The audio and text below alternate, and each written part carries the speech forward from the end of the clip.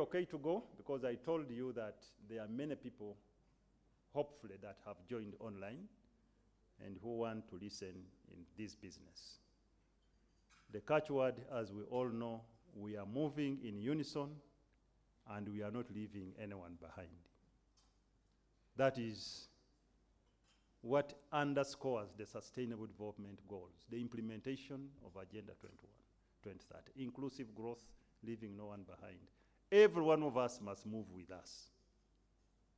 I thank you for coming. Dimitri, do you want to say hello? As my co-MC. Thank you so much.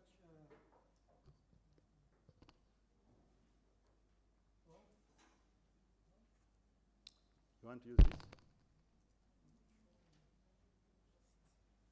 Great. Thank you.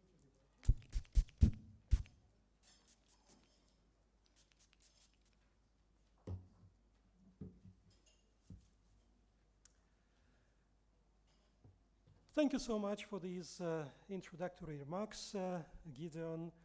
And it's indeed a pleasure to be here with you today and participate in this very important event.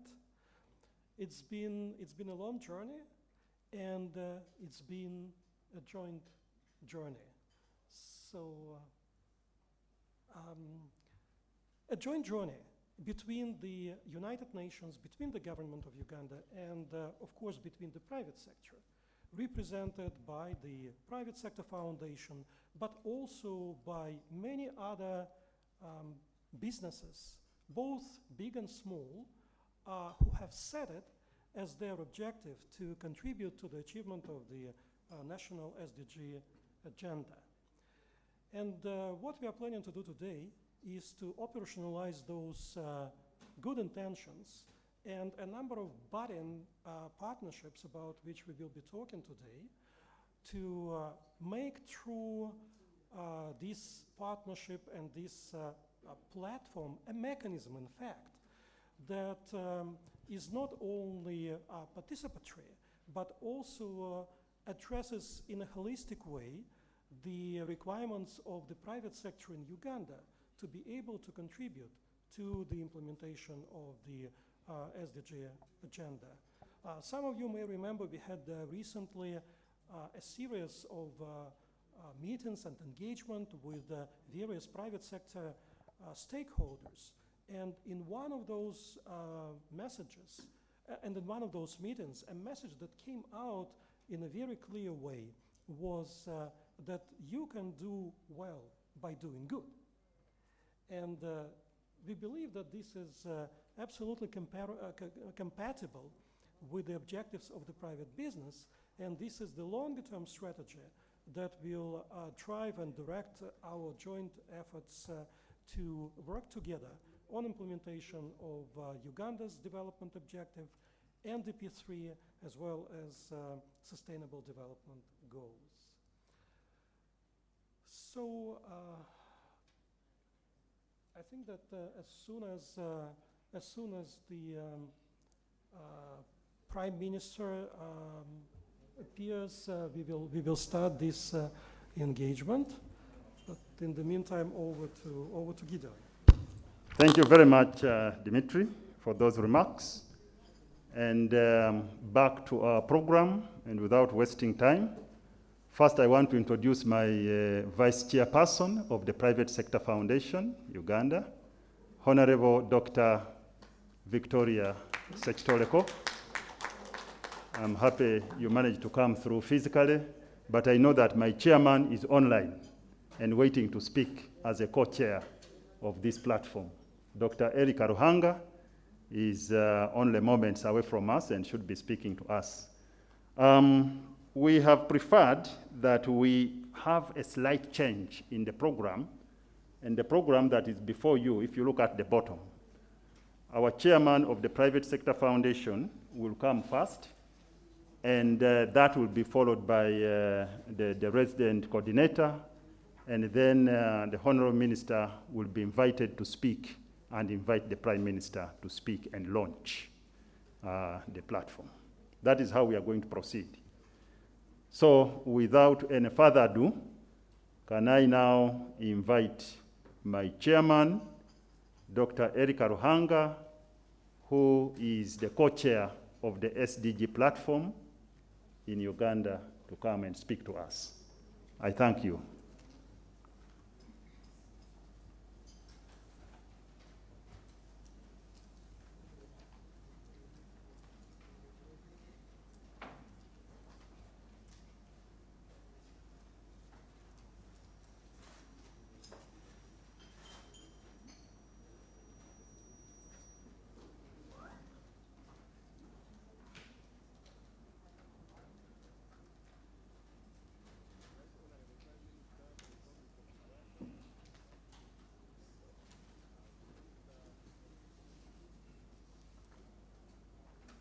Can we be advised, is he close to us or are we close to him?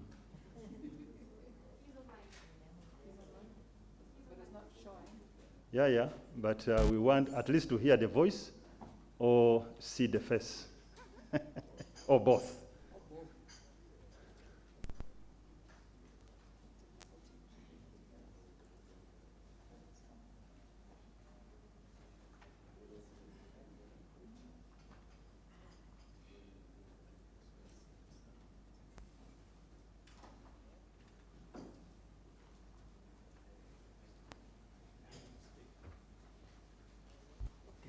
Has come.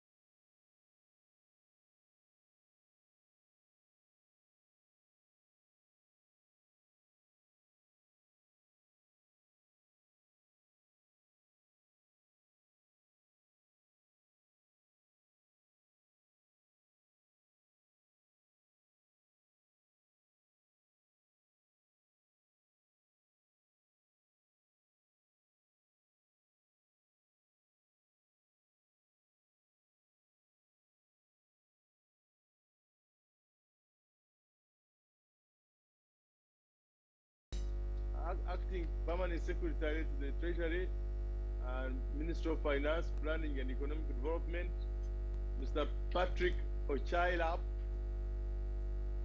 Your Excellency Rosa Malango, UN Resident Coordinator,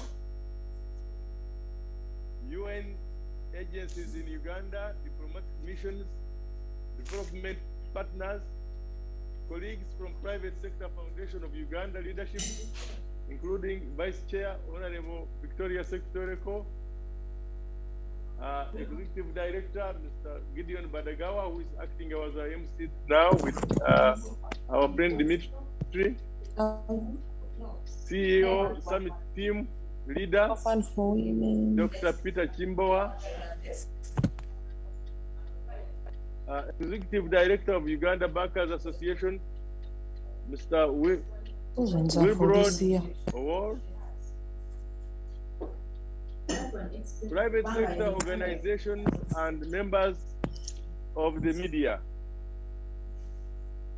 distinguished ladies and gentlemen, on behalf of private sector in Uganda, I would like to extend my gratitude to the government of Uganda,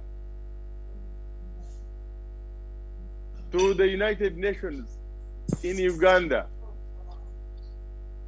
for the continued efforts to ensure that we work together to drive sustainable partnerships to grow our country. Today, we officially launched the Sustainable Development Goals Private Sector Platform. And I must congratulate all the partners that have made this a reality. This is a great fundamental cornerstone and a milestone for the private sector, because the platform is going to roll out and become and help us be resilient, efficient, productive, especially during this COVID times. In Uganda, many private sector actors as well as civil society are doing a lot to work. They are contributing to the achievement of various SDGs within their mandates. We at the Private Sector Foundation in Uganda have been playing a central role in mobilizing the private sector in Uganda, and in order to embrace and take action in the various key pillars of the SDGs.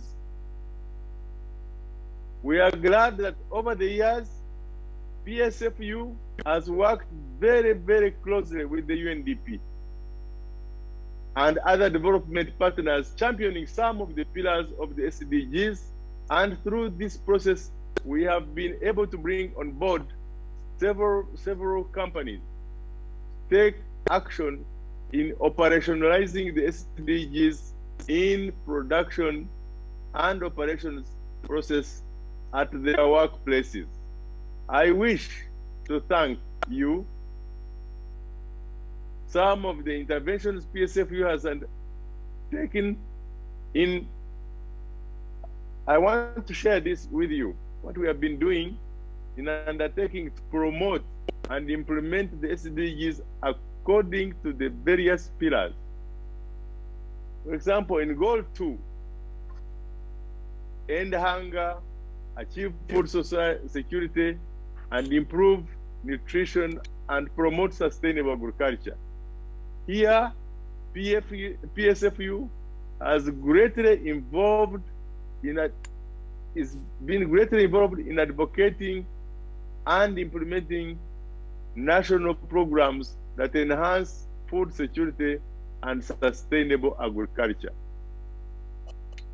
Through various programs, Private Sector Foundation has been providing support to both large and small scale farmers to incorporate environmental conservation, environmental health, economic profitability, social equity, and their agriculture practices.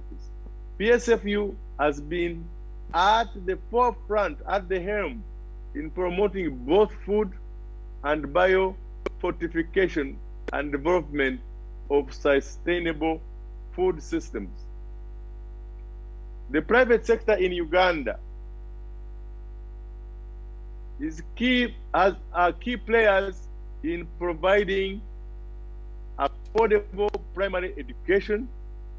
For example, a number of manufacturing companies here in Uganda have been providing free education facilities to the children of their workers at the workplace, and I wish to applaud them very much. PSFU has also taken a central stage in promoting a lifelong learning to ensure Ugandans who have left formal training and are now in active employment and can continue accessing training both at their workplace and beyond. And PSFU will continue to advocate for the setting up of the National Skills Development Fund, which will enable every Ugandan to access continuous learning skills, upgrading in order to be competitive for the world of work. In Goal 5, gender equality and women's empowerment, here on the 16th of August 2016, PSFU pledged to adopt the gender equality seal for private enterprises. The seal is an innovative tool that enables companies to increase profitability and productivity by addressing gender gaps at workplace and in the environment. Today, we have been able to reach out to about 42 private corporate companies to sign on the gender equality seal. This is significant considering the short time we have undertaken this. Companies committed to implementing the GES range from manufacturing, from ICT, banking, services sector, etc., etc. In addition, we have also encouraged employers within the private sector to give both women and men equal employment opportunities and equitable remuneration methods, regardless of gender, as well as implementing family-friendly policies at the workplace. On goal number 7, affordable and clean energy, research has indicated that almost every household either uses charcoal or firewood for cooking, revealing that the dependency on firewood as a source of energy is straining the environment locally, regionally, and globally.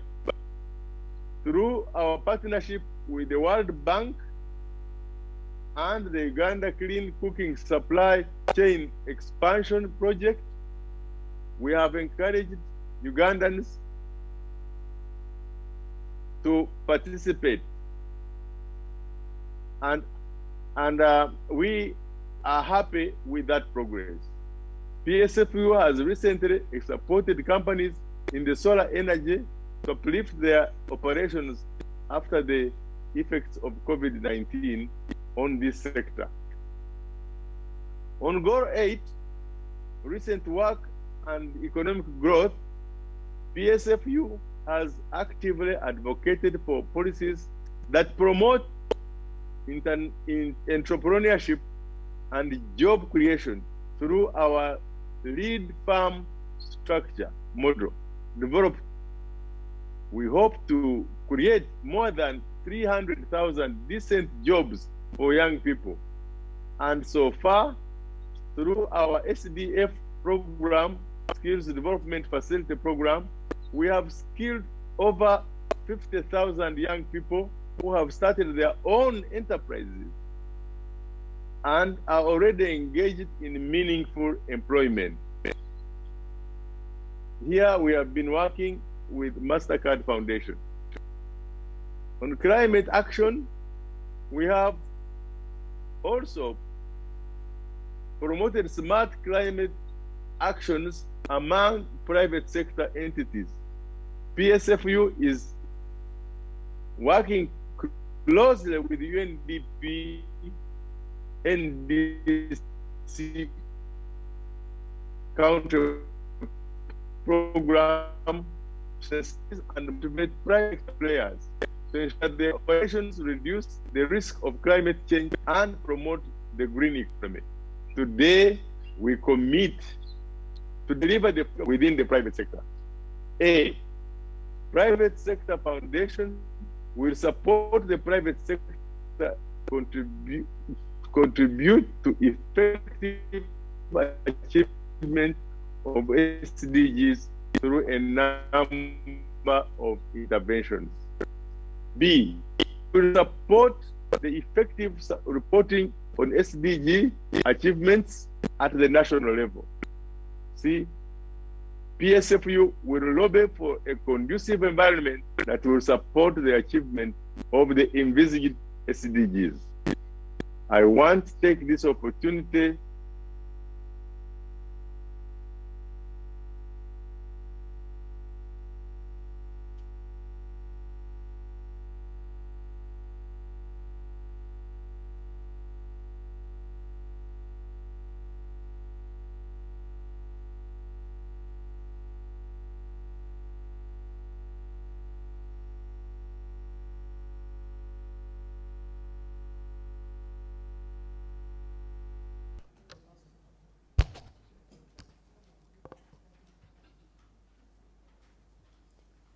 I think our chairman seems to have hung up, but certainly he was concluding, reading the tone, must have been concluding his statement.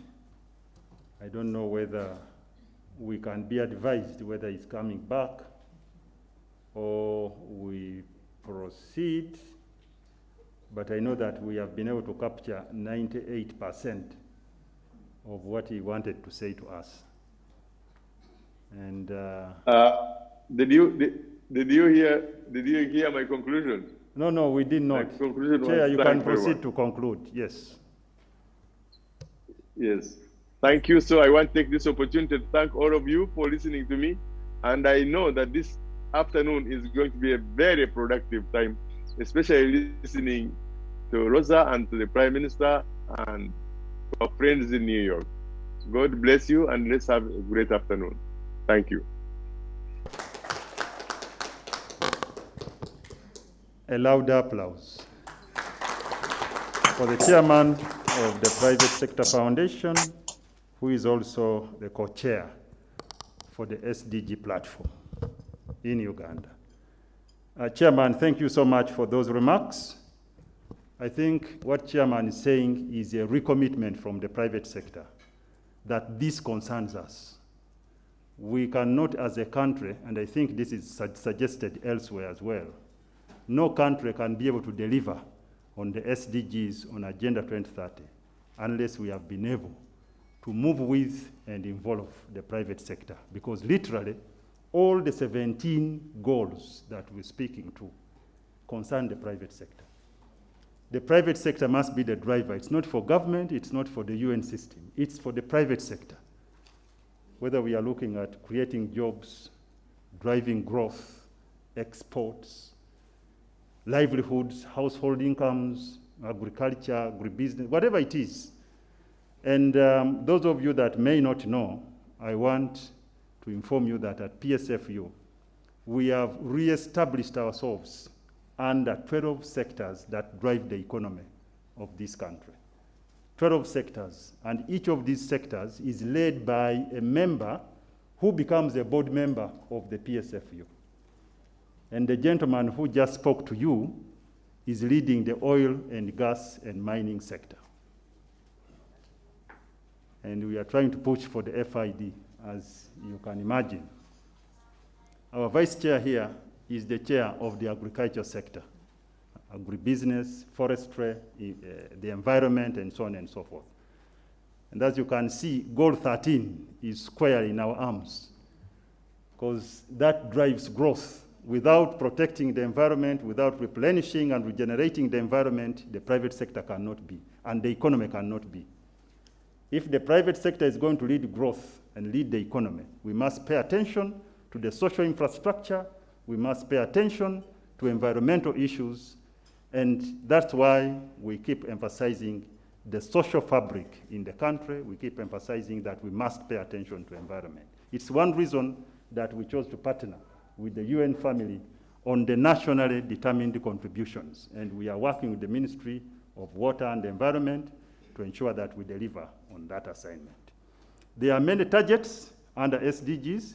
There are many indicators. And we need to inform the private sector about this and how we are going to monitor them. And I think that is one of the reasons we have assembled this afternoon, to make sure that information goes across, everyone enjoins, and we form part of the mechanism to deliver on this Agenda 2030. Without any further ado, and thank you so much, Chairman, for those remarks.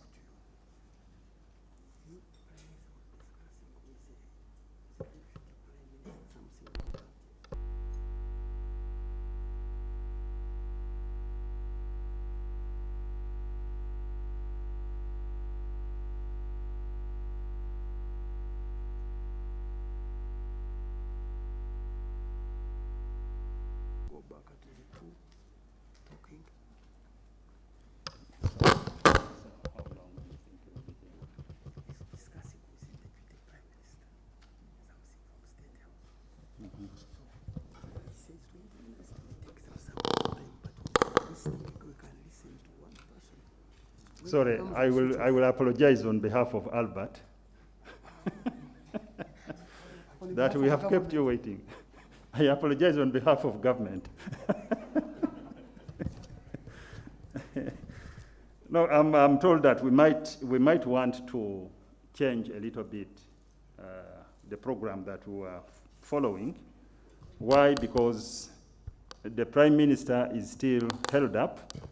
I should have wanted my chairman to speak when the Prime Minister is here, but that was not possible, and I thought we were riding behind time. I'm told that there is something that he's paying attention to from State House, and we cannot ask what, but he has to attend to that. So the suggestion was that he would have wanted to listen to these two as well. But now that he did not listen to my chairman, maybe he will not listen to the two as well. Thank you very much. that was a joke. Thank you very much. Rosa, I want to invite you in the interest of time. The most important thing I think we'll need from the Prime Minister is to put the thumbprint to endorse and launch us. So, Rosa, welcome, and thank you for being such a wonderful partner to the people of Uganda. Thank you very much.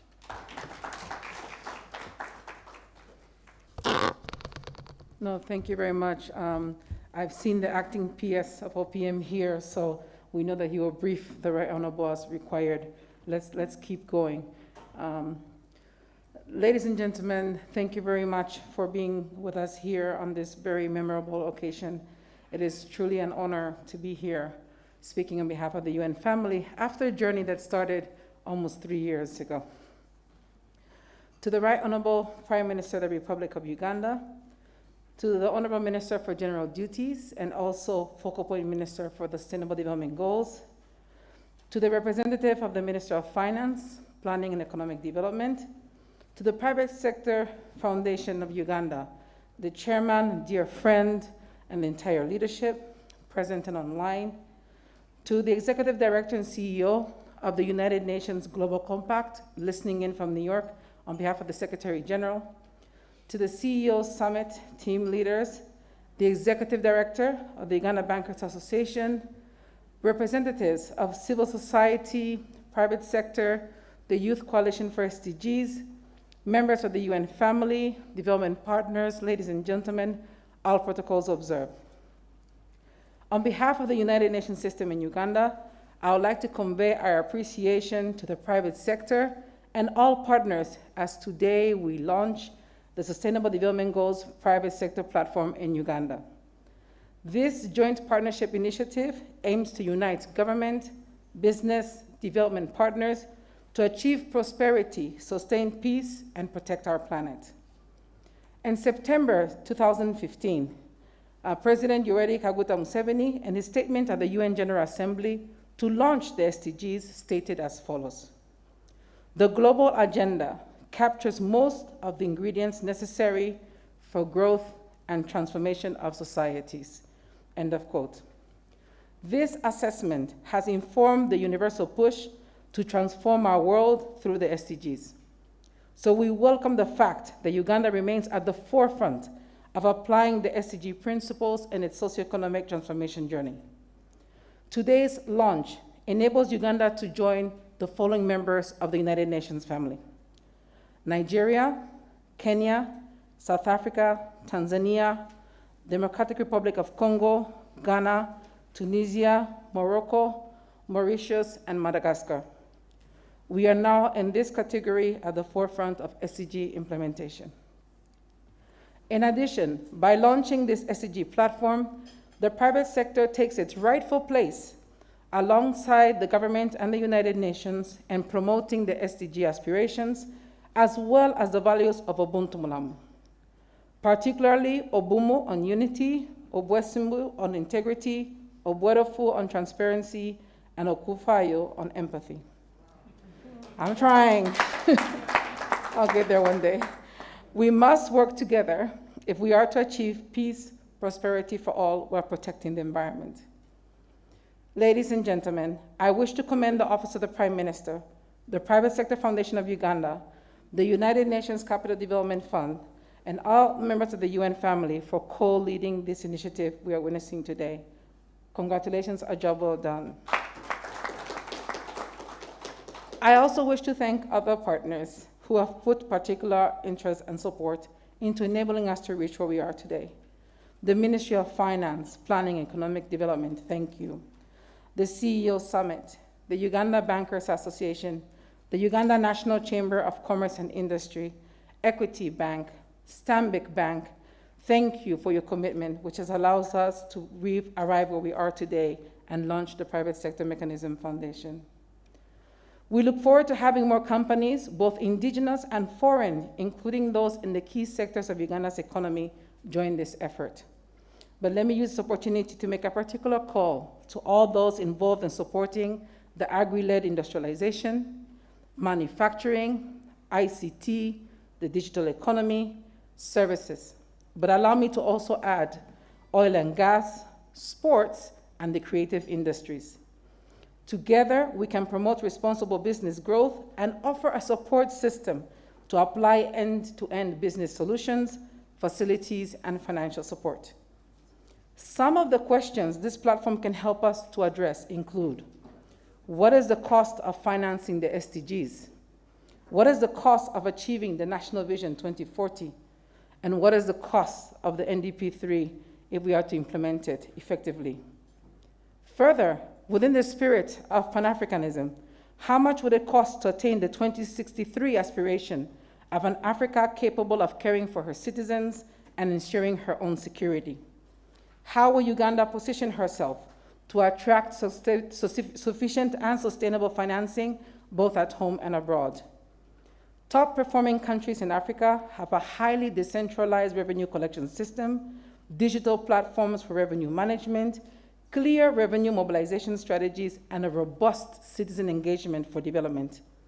It is our hope that with this private sector platform for SDGs, we will be able to support Uganda's efforts to address these factors and develop a systematic approach to effectively integrating private financing into the NDP3. The current projections expect the private sector to finance over 40% of NDP3.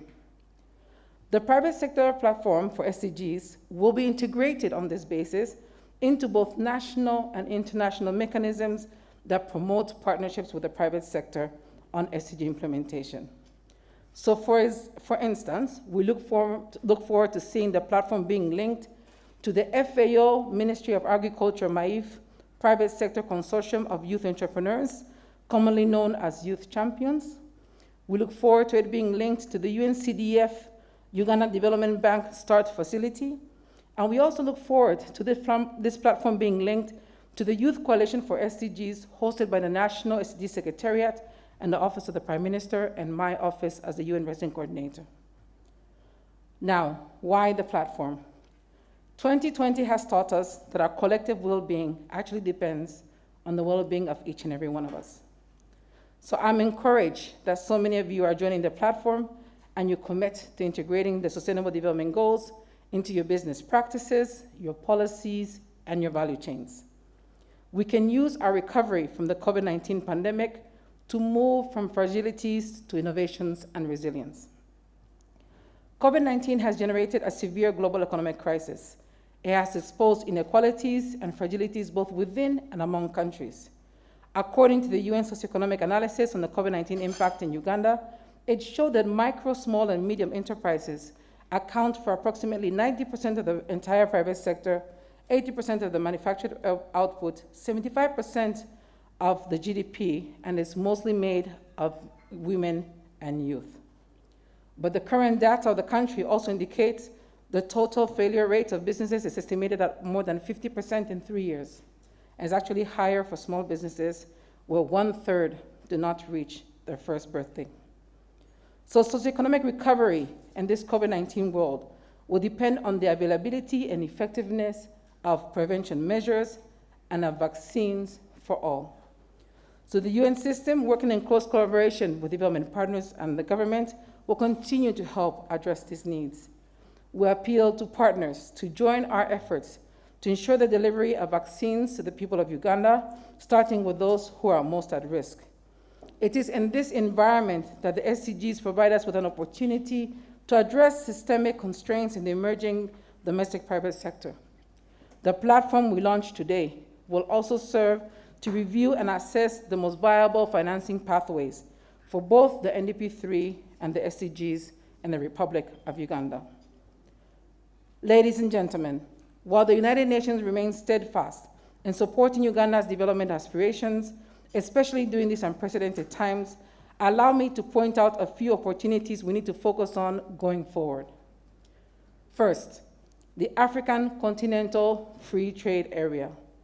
This agreement provides a huge opportunity for economic growth and socioeconomic transformation by offering us a market which we can contribute to and benefit from. Our partnerships will reinforce collaboration between the private sector and the government to allow us to fully benefit from the opportunities created by the African Continental Free Trade Area.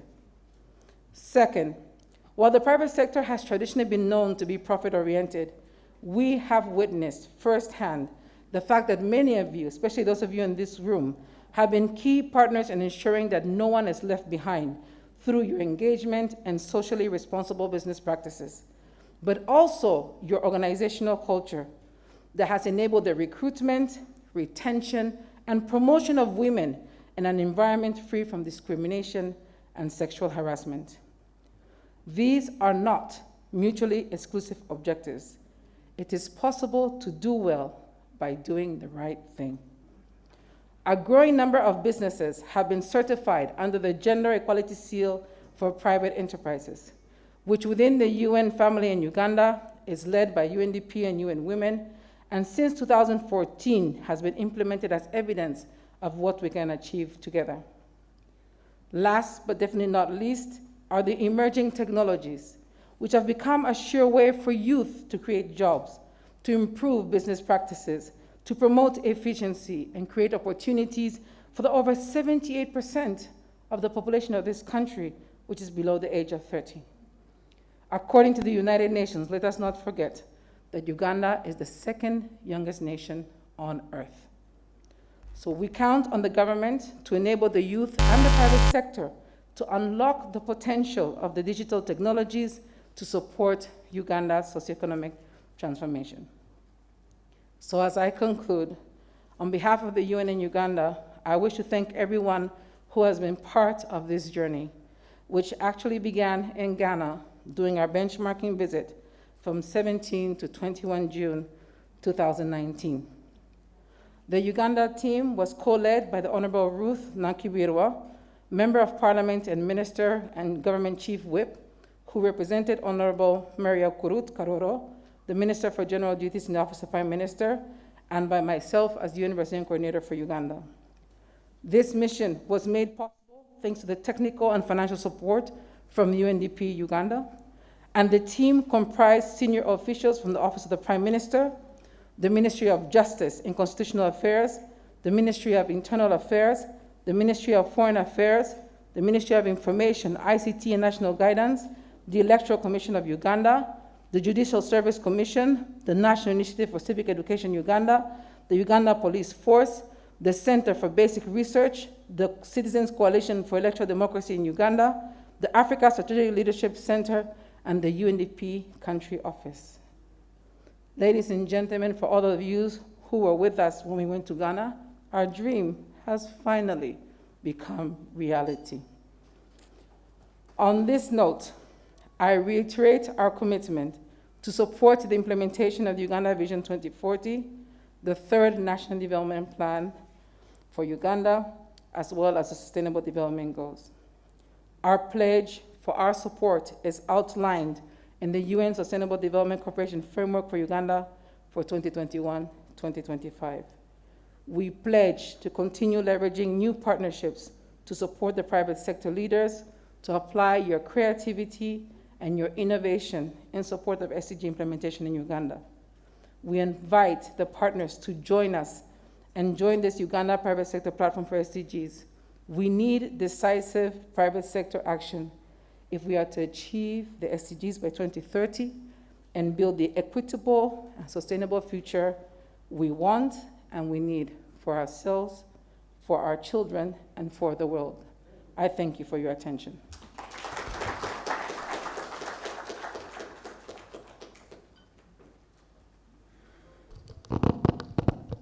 Another round of applause to the RC. Thank you very much, Madam Rosa, for your insightful thoughts. And I think if I were to do a summary, it's about two things. One is that the resident coordinator is challenging the private sector. In every business planning we do, we need to keep asking ourselves, how am I contributing to the delivery of the SDGs? And I know we are doing that in many forms. Insurers, transporters, in one way or another, we are doing that. We need to rise up and welcome the Prime Minister.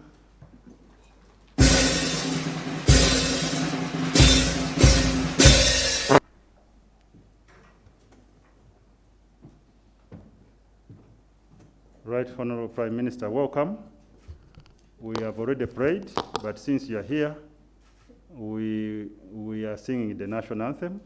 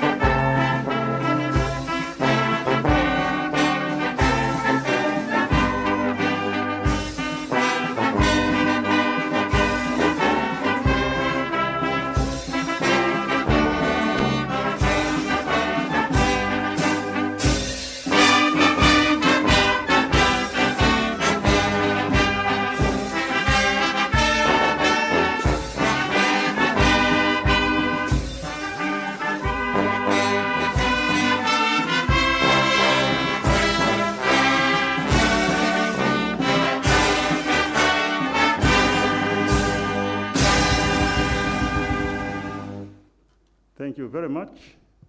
You can take your seats. Thank you very much, Right Honorable Prime Minister. We really much appreciate your time, and thank you so much for joining us this afternoon.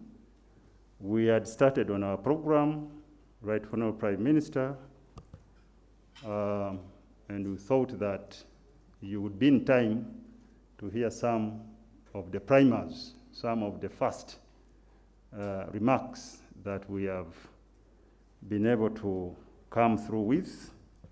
The reason we are assembling this afternoon, Right Honorable Prime Minister, is to launch the private sector SDG platform.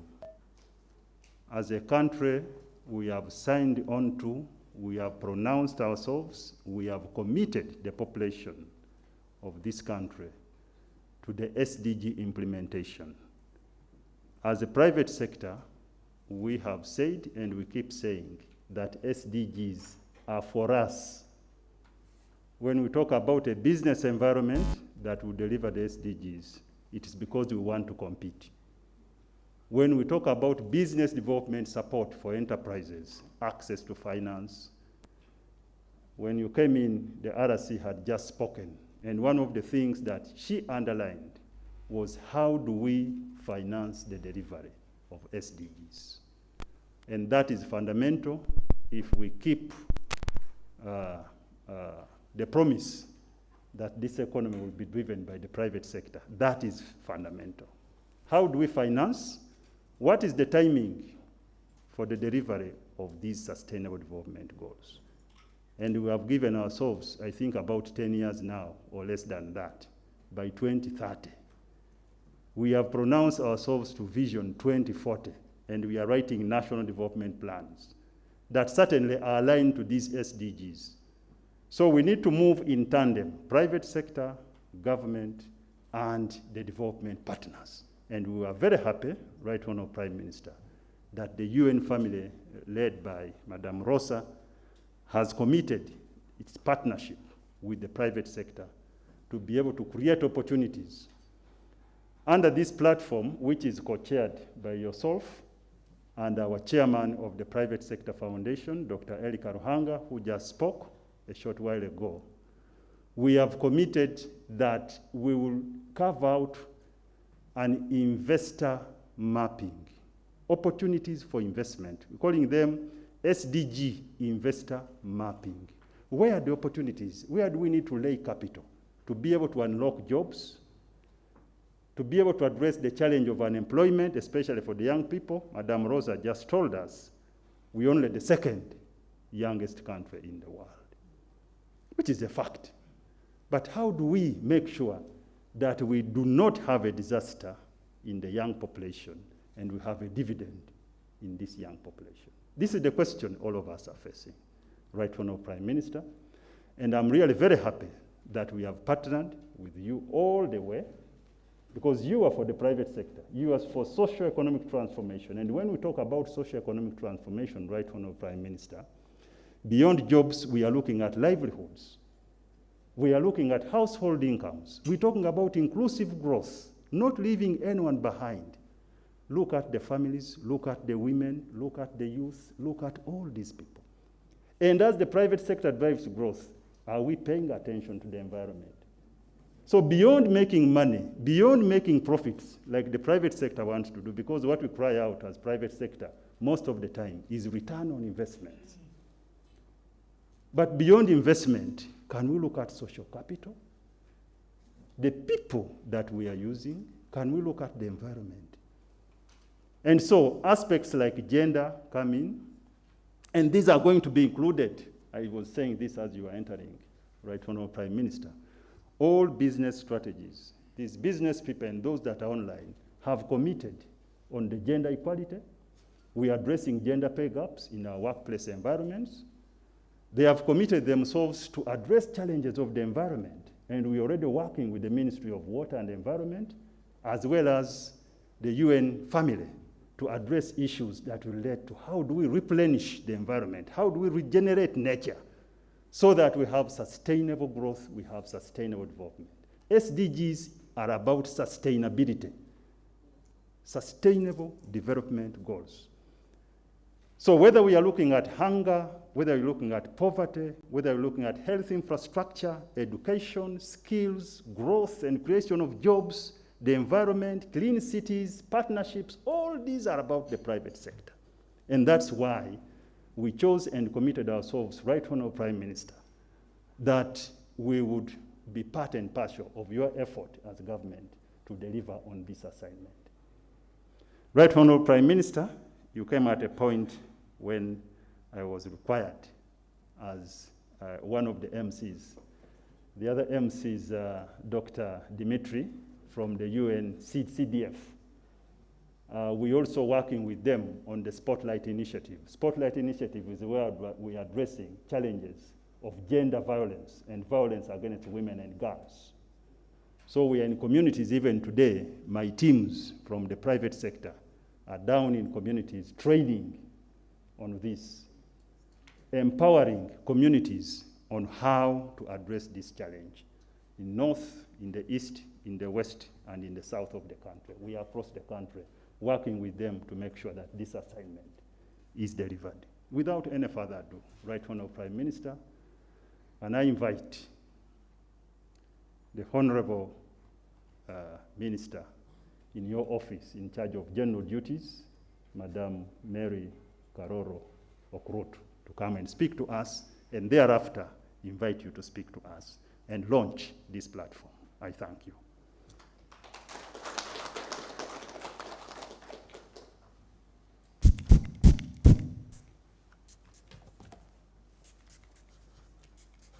Thank you. Good afternoon. Okay. The Right Honorable Prime Minister of this Republic, Your Excellency the UN Resident Coordinator in Uganda, all representatives of government, ministries, departments and agencies, the representatives of UN agencies and development partners, and those from the private sector, ladies and gentlemen, including those who are online who are not here with us physically, but whom we know are following this important event. I'm not going to say much. Our people say that when the moon appears, the stars,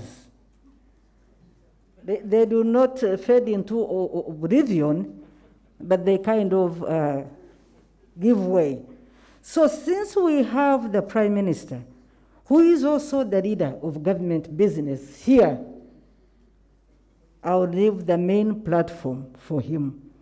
But please join me to salute and appreciate him for having made the time, because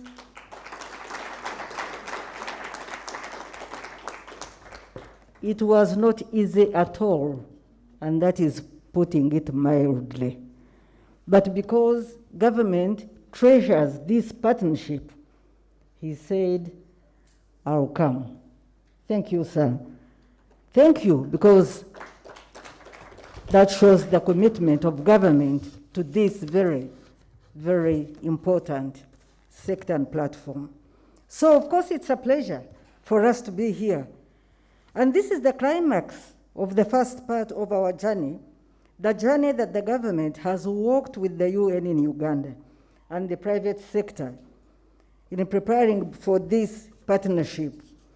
The Prime Minister will appreciate you, but we all appreciate you greatly. Thank you, Your Excellency, Madame Rosa. Your charisma and your perennial hard work, together with your team, has made this journey very, very fruitful. May God bless you abundantly. So already we have witnessed many private sector entities in Uganda and elsewhere in the world make efforts and play a very big role in achieving the SDGs. We are informed of the very many companies that actually have documented sustainability approaches to business, and the government commends these companies very, very highly. I reiterate the message that we specifically gave to the private sector when we met during the third New Generation UNCT meeting in February. And at that time, we noted that government and the people of Uganda, that we are all looking forward to a Uganda where the private sector would fully play its part in building a more equitable, inclusive, and sustainable world. And that is by integrating the SDGs into business policies, practices, and value chains. And we have already heard that this has been done. That message remains the same even today. And of course, with the presence of the Prime Minister here, this is a testimony that government is committed to playing its role. And government will facilitate effective SDGs progress disclosure by companies and develop a measurement and monitoring tool to track private sector input through sustainability reports. But also, very, very importantly, government will enable regular dialogue between business, policy, and investors through this platform. Dialogue is very, very crucial. Even as we go down to the grassroots, it is important that we have fruitful and meaningful dialogue. And therefore, we want to reiterate that achieving the 169 targets of the 17 SDGs calls for broad action from diverse actors across society. Such collective efforts will go a long way and outweigh what we all could deliver as individual entities. And to the rest of us Ugandans in Uganda and those who are listening from wherever, we still reiterate that if the COVID-19 pandemic has taught us anything, it is that our collective well-being depends on the well-being of each and every one of us, including the poorest and the most vulnerable. The private sector has committed to using this platform to play its role. So let us all make our own individual and collective efforts so that we do not leave anyone behind. I thank you, and now, sir, can I invite the Right Honorable Prime Minister? It is my singular honor and pleasure to invite you to address this gathering. Thank you. So does he have to come here or he can do it from there? Thank you, sir.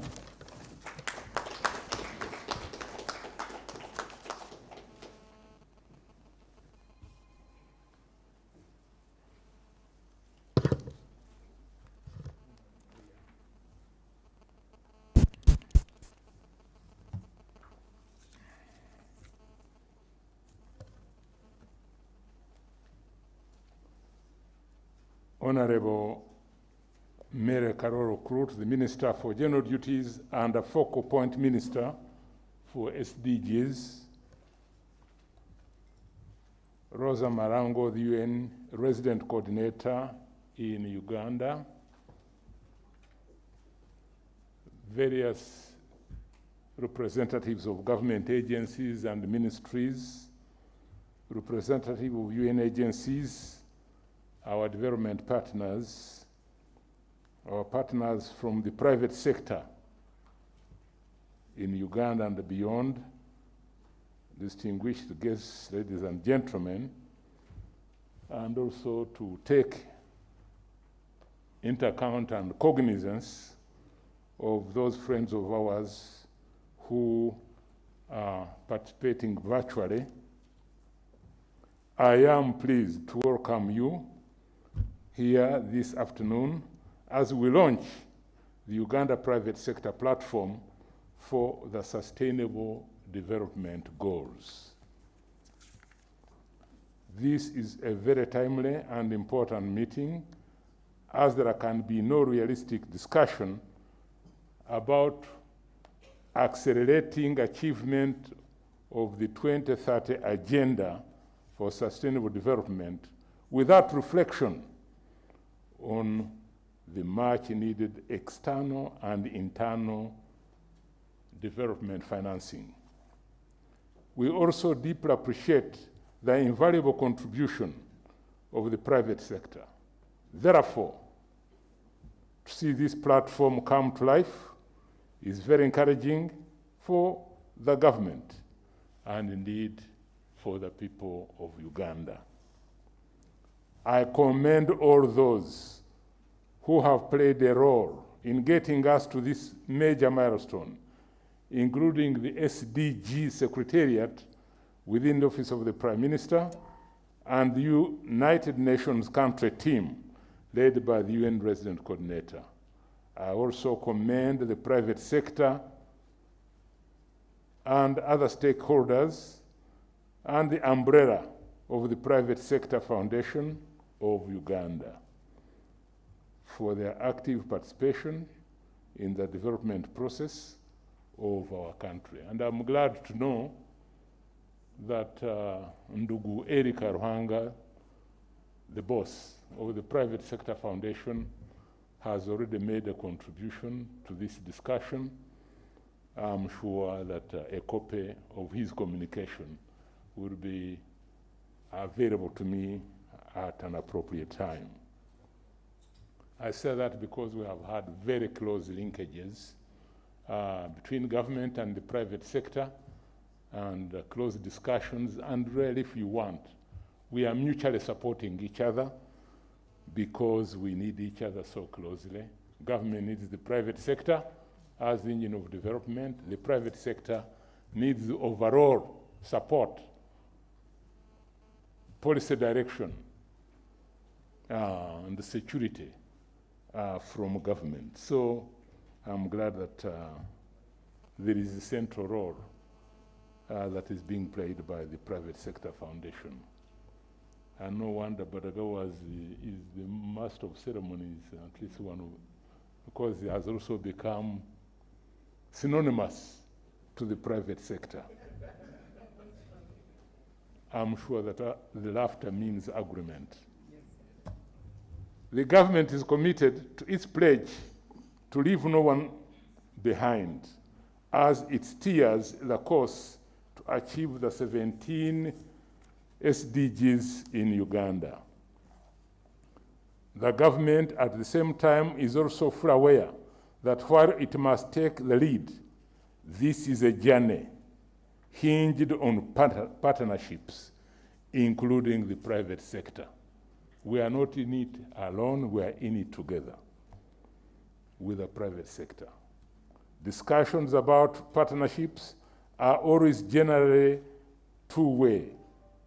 In the most simplistic terms, the question is, what do the different parties stand to gain in this? Perhaps that is even more true in discussions about partnerships with the private sector. Let me stress that the business case for the private sector is indeed very clear. As we continue on the journey of raising trillions of dollars to achieve these goals, it will create huge opportunities for companies to benefit from. It is therefore necessary for every business in this country to align its strategies, its policies, and its practices to the Sustainable Development Goals, a message that has been preached and preached over and time again. And I hope that has sunk to as many people and as many companies as possible. As the conversation on the necessity of development financing grows, so is the interest in the impact of the financing. Various reports have highlighted that it is not helpful to assume that the SDGs are a project dependent solely on financing. One paper says, and I quote, Agenda 2030 is predicted on the fact that sustainability is built and not bought. More money is needed, but the ends to which it is used are themselves important. Ladies and gentlemen, there are discussions we need to continually have, and these are also questions we need to ask ourselves. There is therefore need to explore and define a practical implementation mix. Development experts have called for stronger integrated planning, strategic thinking, and policy integration. While in Uganda, we have moved from previous sector-focused policymaking approaches to program-based approaches, and we think this is a movement in the right direction to break the silos that tend to accompany projects and sectors.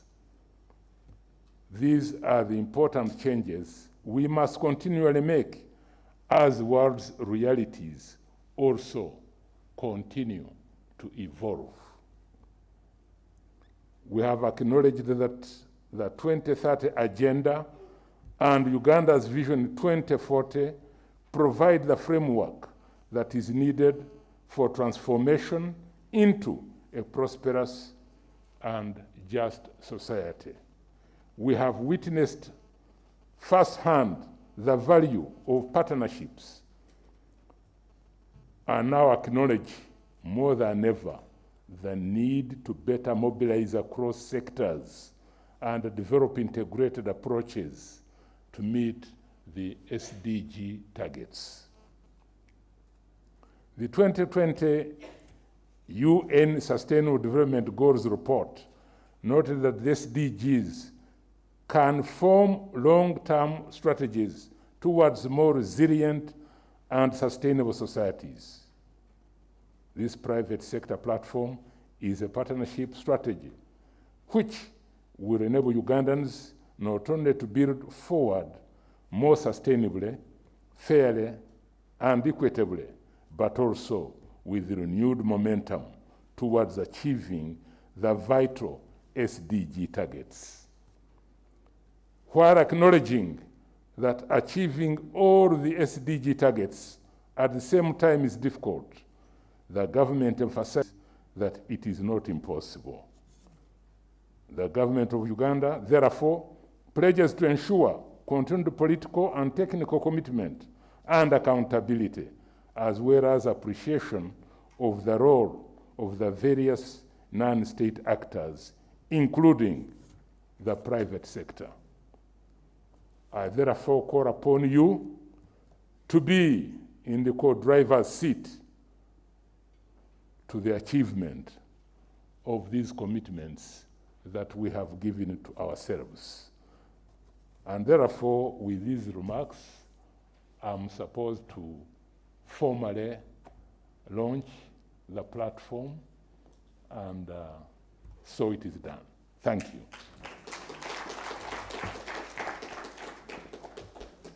It's coming so you can see. Oh, it's coming. It was hidden behind my back, huh?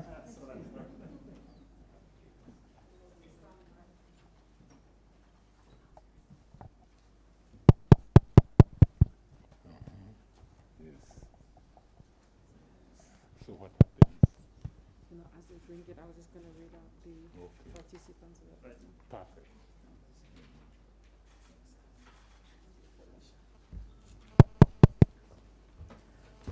So, Right Honorable Prime Minister, thank you very much. As I set up the dummy, just to quickly decide to highlight to you the diversity of the private sector, as you mentioned, that is already part. So with you present here, Right Honorable Prime Minister, before your departure, the Uganda Bankers Association, the Uganda National Chamber of Commerce and Industry, the Uganda Oil and Gas, the Uganda Manufacturers Association, Equity Bank, Stanbic Bank, ABSA Bank, the Federation of Ugandan Employers, AFD Kampala French Embassy, the Netherlands Embassy as the head of the Development Partners Private Sector Group, the Federation of Small and Medium Enterprises, Pepsi, Kampala City Traders, and Uganda Manufacturers Association. And Right Honorable Prime Minister, as we mentioned, we began this journey with your blessing on 17 June 2019 when we traveled to Ghana. So allow me, Right Honorable Prime Minister, to thank UNCDF, UNDP, in particular, who supported the mission, but IOM, UNICEF, UNECA, WHO, UNHCR, and Global Compact, who today are on online to demonstrate our partnership. And with that, Right Honorable Prime Minister, you could please sign so that we can formally launch this private sector partnership in the Republic of Uganda. Thank you.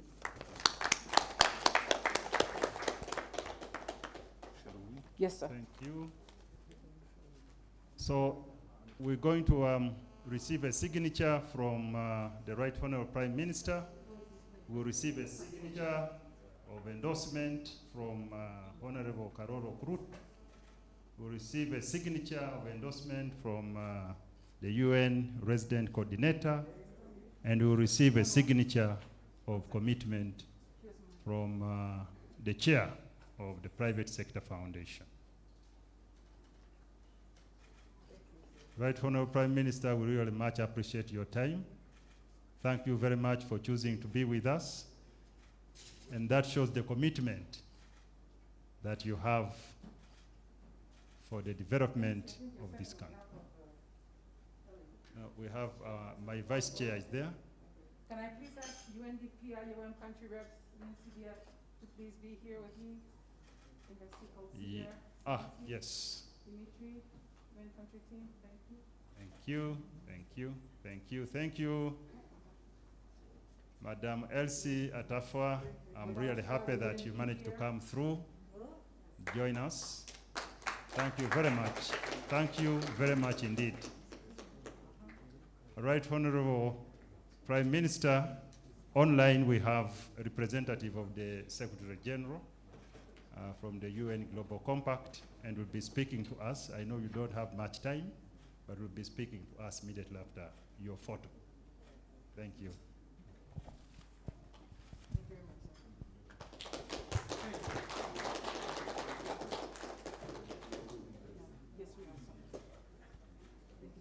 Thank you. Thank you very much. Another round of applause for the Prime Minister as he walks out. Thank you very much, Right Honorable. Thank you very much, OPM team, for making this possible. Thank you. Thank you very much. So we go into the next phase, the next part of the program. The second part of the program, which will be coordinated by my co-MC, Dimitri, I think you'll come through on the next one, where we're getting into the panel discussion. But before that, we have the UN Global Compact, the representative of the Secretary General. We really must listen to the words of wisdom from the Secretary General. They are online, and they will speak to us, and immediately after we'll have a video, short video, about 5 or so minutes, that we'll watch, and then we'll constitute a panel that will discuss how you break the subject matter this evening. Mouth like this. I thank you. Can I invite UN Global Compact to speak to us? Are you there? No, who told? Do you see other kids breaking their heads are bigger? I'm here on. So everyone else must be muted when the Secretary General is speaking to us, isn't it? Oh, yes. Okay, let's wait there for this to come and Thank you very much. Thank you very much. And as the UN Global Compact comes on, I also want to introduce my other directors that have been able to join us.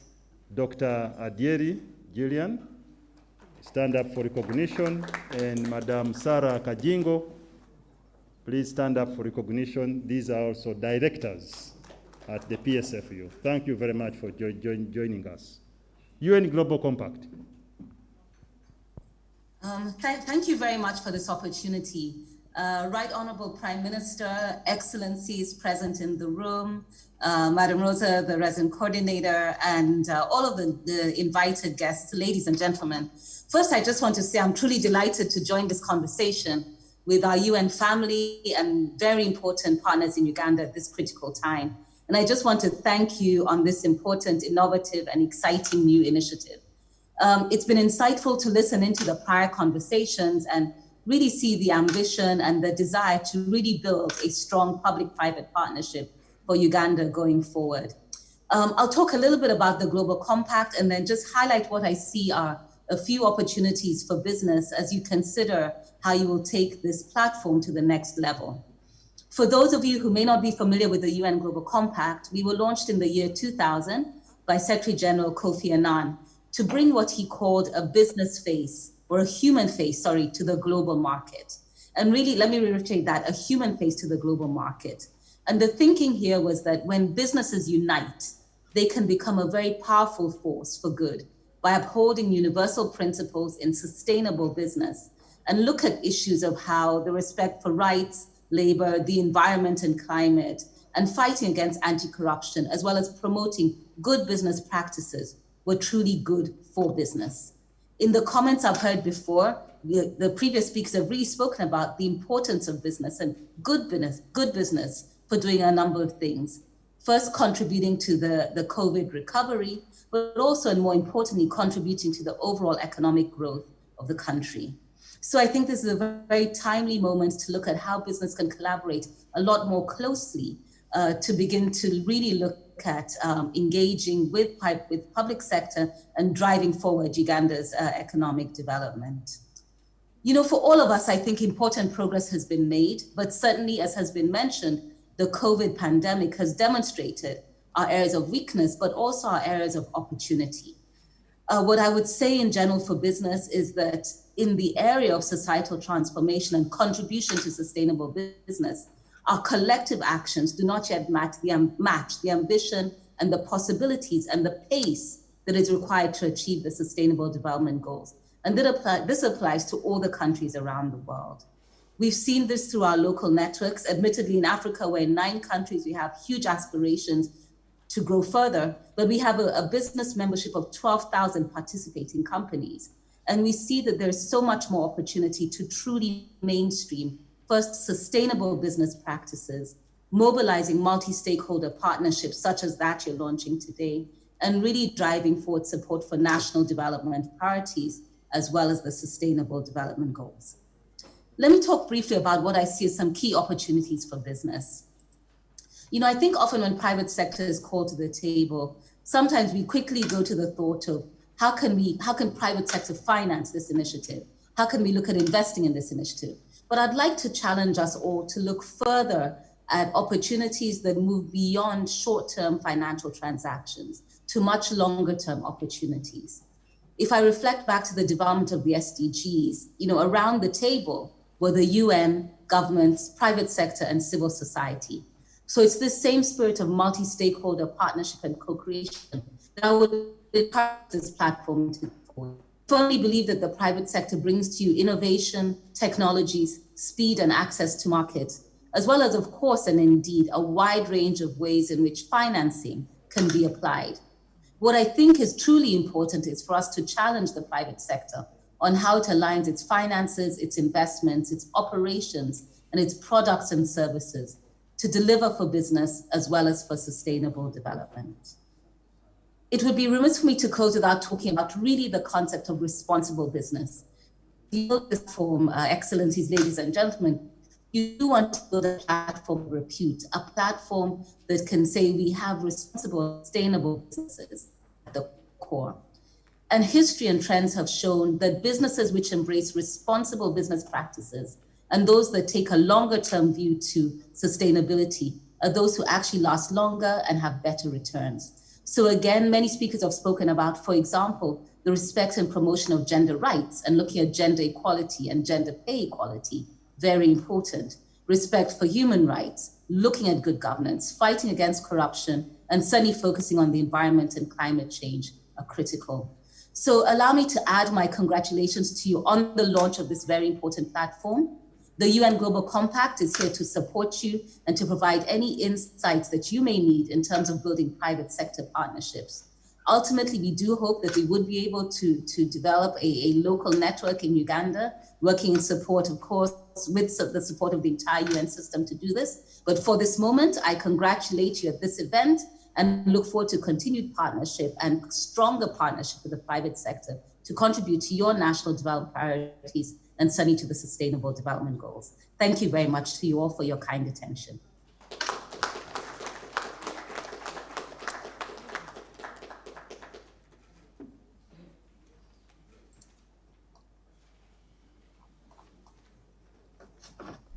Thank you very much, Madam Sanda Ojambo, the CEO, UN Global Compact. I think he's speaking to us from New York. Thank you very much for that statement. Much appreciated, and the private sector down here in Uganda, and I should say in East Africa, now that you are one of us, has been quite very heavily following you, and we are committed to walk this journey with the guidance of the UN team here in Uganda. Now, Madam Sanda was supposed to be part of the panel from the program that you have.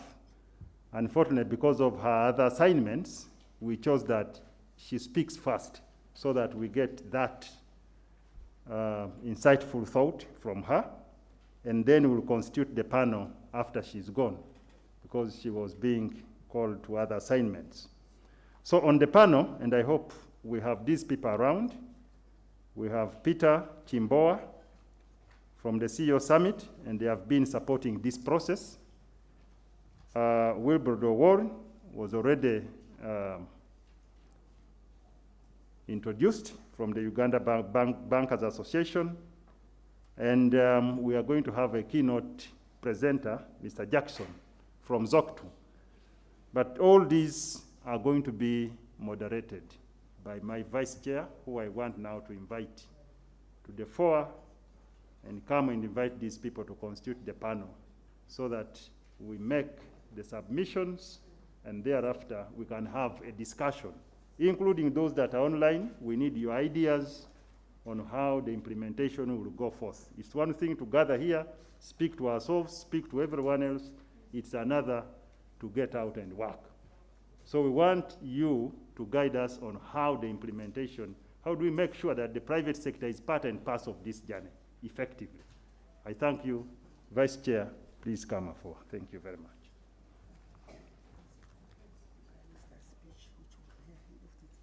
It's not here.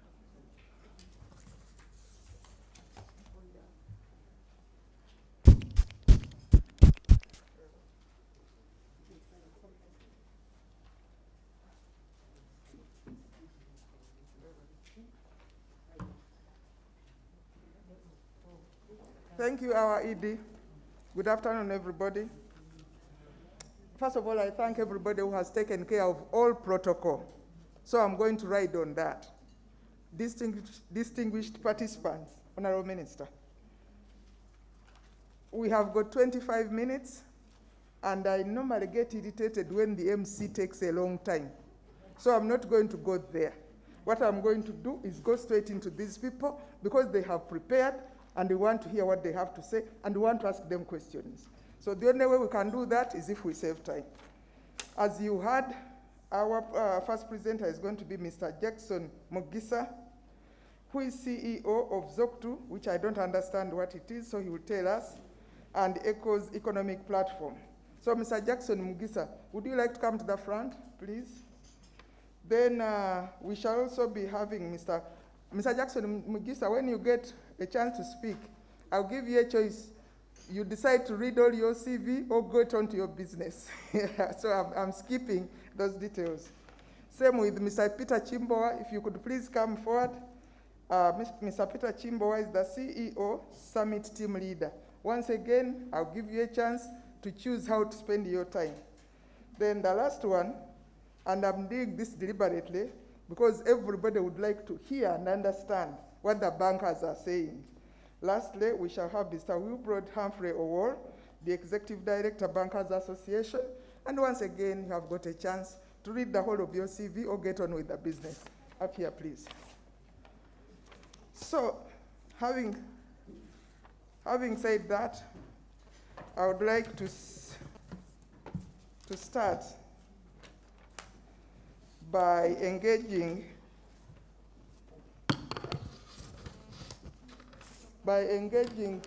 Mr. Mugisa, who is going to do the presentation, from which we are going to have the discussion. So, Mr. Mugisa, would you like to go first, please? Are you going to speak from, from there? Thank you. Over to you, Mr. Mugisa.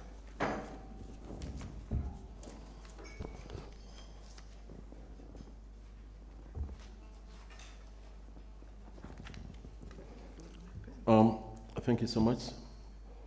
I'd like to thank you so much, Honorable Minister of General Duties, Your Excellency, Madam Rosa, other dignitaries, but most important, I want to thank the organizers, the UN Organs Private Sector Foundation, and most important, the SDG Secretariat.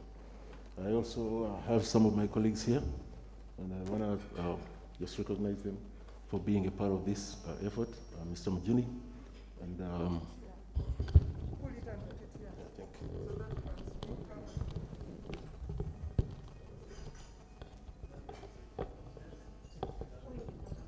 But how come can somebody help us? Because it's so uncomfortable. yeah, I would like to just get it. Okay, that's it.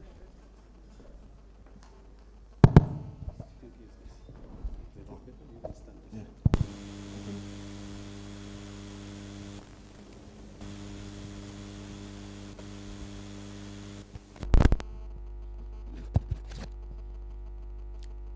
Yeah, I thank you. So I also, like I was saying, I have some of my colleagues here, Mr. Mjuni and Madam Nyakesiki, Mary. So I'm going to, we're going to be walking through a presentation, and primarily what this deals with, what are our interventions pertaining to SDGs. So, actually, that might be better. Okay, so that appears to be.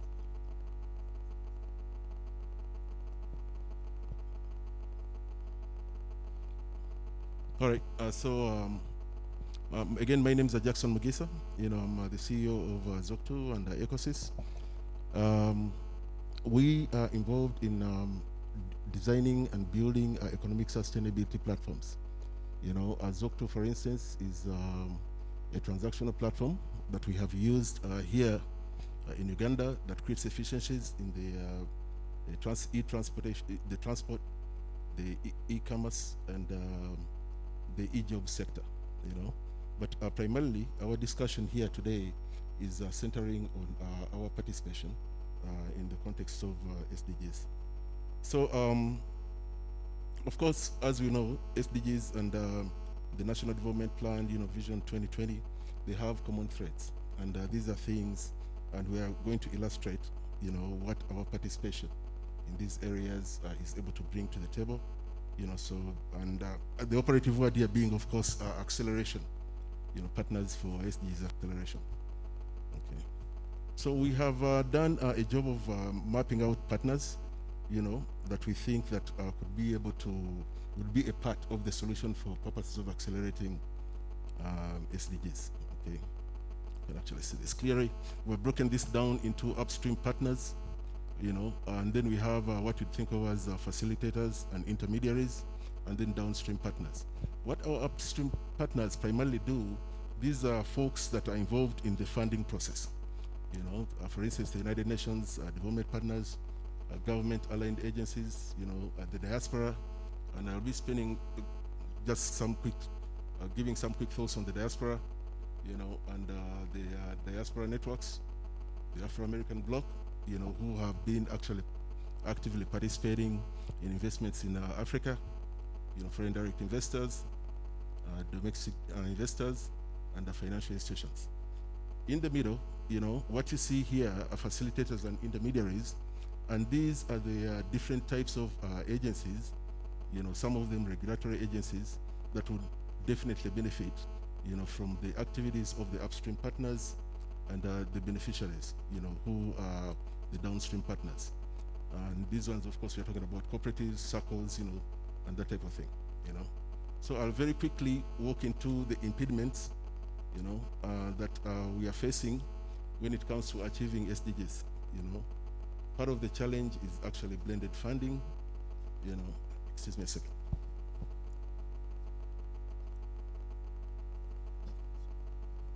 I'm sorry about that.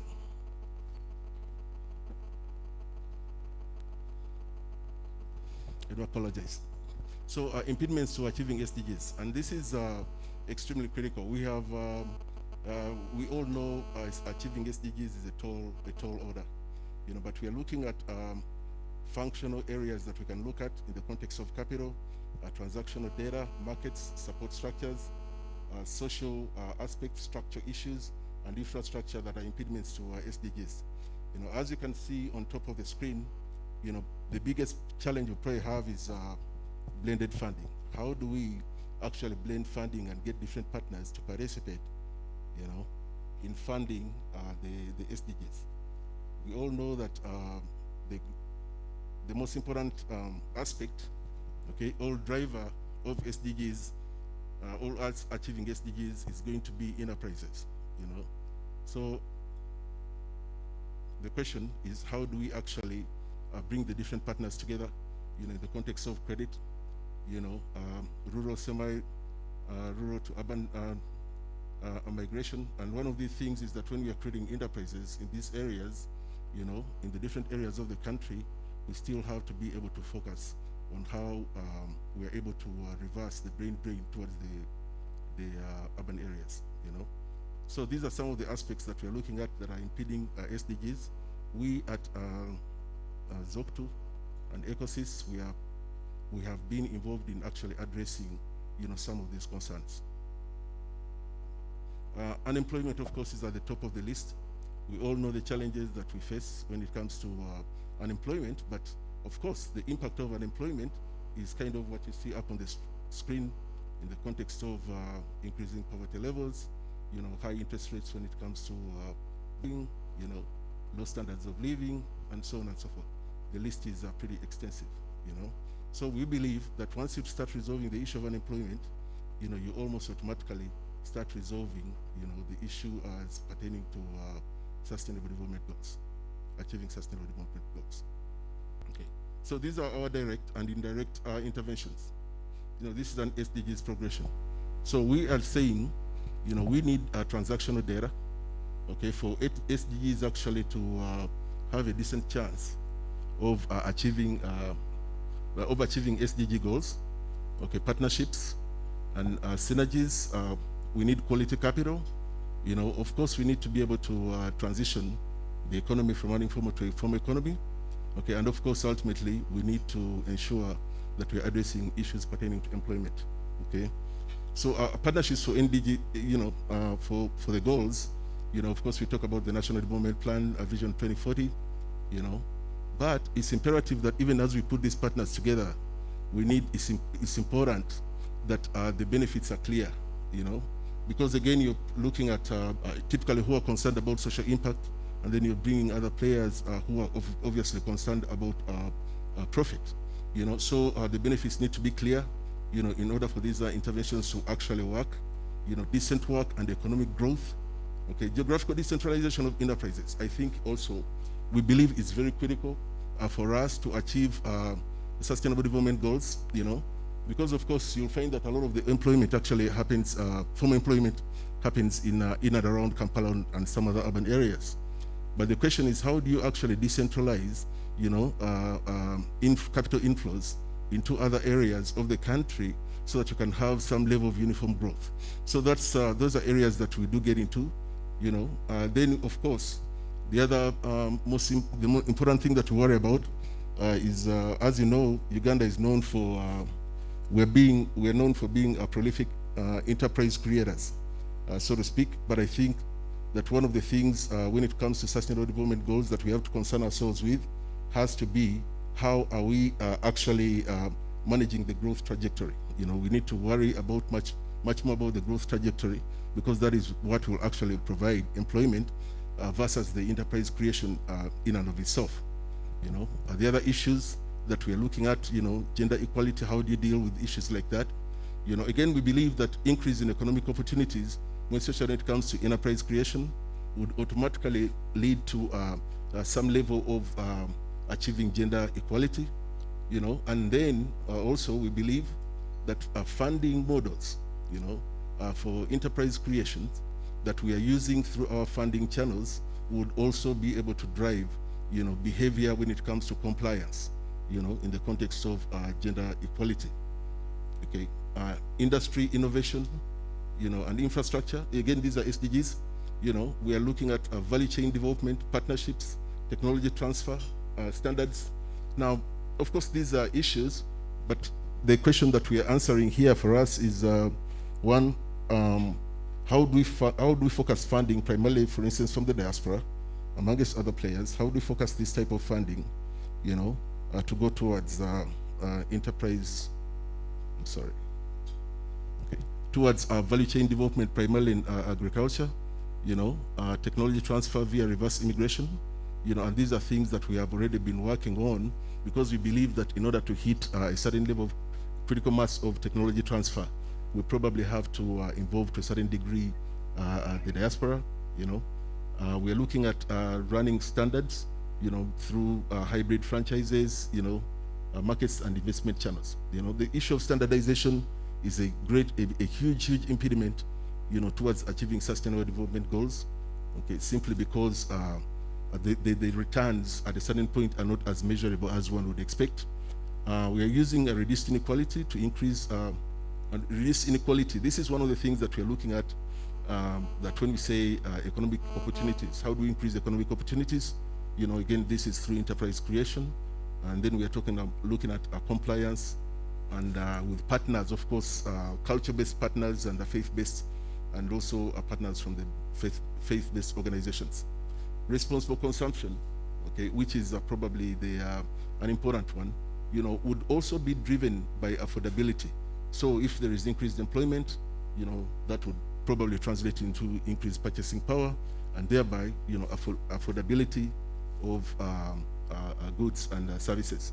You know, thereby, you know, we are able now to afford much better goods, rather, you know, much higher quality goods, you know, as opposed to going for cheap goods that might not necessarily be of the right quality. You know, standardization. Again, this is key. Quality of products equals longevity. Okay, we are looking at the enterprises that we are setting up. Again, focusing because these are things that are measured. We're using key performance indicators. You know, we're using market data that is driven by the system. You know, to be able to run these types of things that will give us windows into responsible consumption and production. Okay, peace and justice, strong institutions. Again, peace generally is an outcome of economic gains. You know, because the population tends to have, or you know, in this instance, the youth population will tend to have minimal redundancy. You know, that's one of the things, because that's where some of the you pick up some of the trouble spots. You know, increased incomes also help alleviate the personal cost of justice, because to a certain degree, justice does come at a cost. But we do believe those sustainable development goals, our interventions in those areas, you know, they would lead to direct, the sustainable cities, communities, zero hunger, good health and well-being, quality education, clean water and sanitation, climate action, life below water and life on land would, as a matter of progression, benefit from achieving the sustainable development goals that we just discussed, you know, above. And ultimately that leads to no poverty, you know. So we, of course, for this, what we do, you know, we have tools, models, you know, focal areas and fulfillment channels that we are using to be able to achieve the levels of enterprise creation that we are talking about to increase economic sustainability, via technology transfer, gainful employment, and that is kind of a list, tools on the left-hand side, but primarily this is all primarily technology. They're all technology driven. What I would love to look at are focal areas. We have talked a lot about hybrid franchising.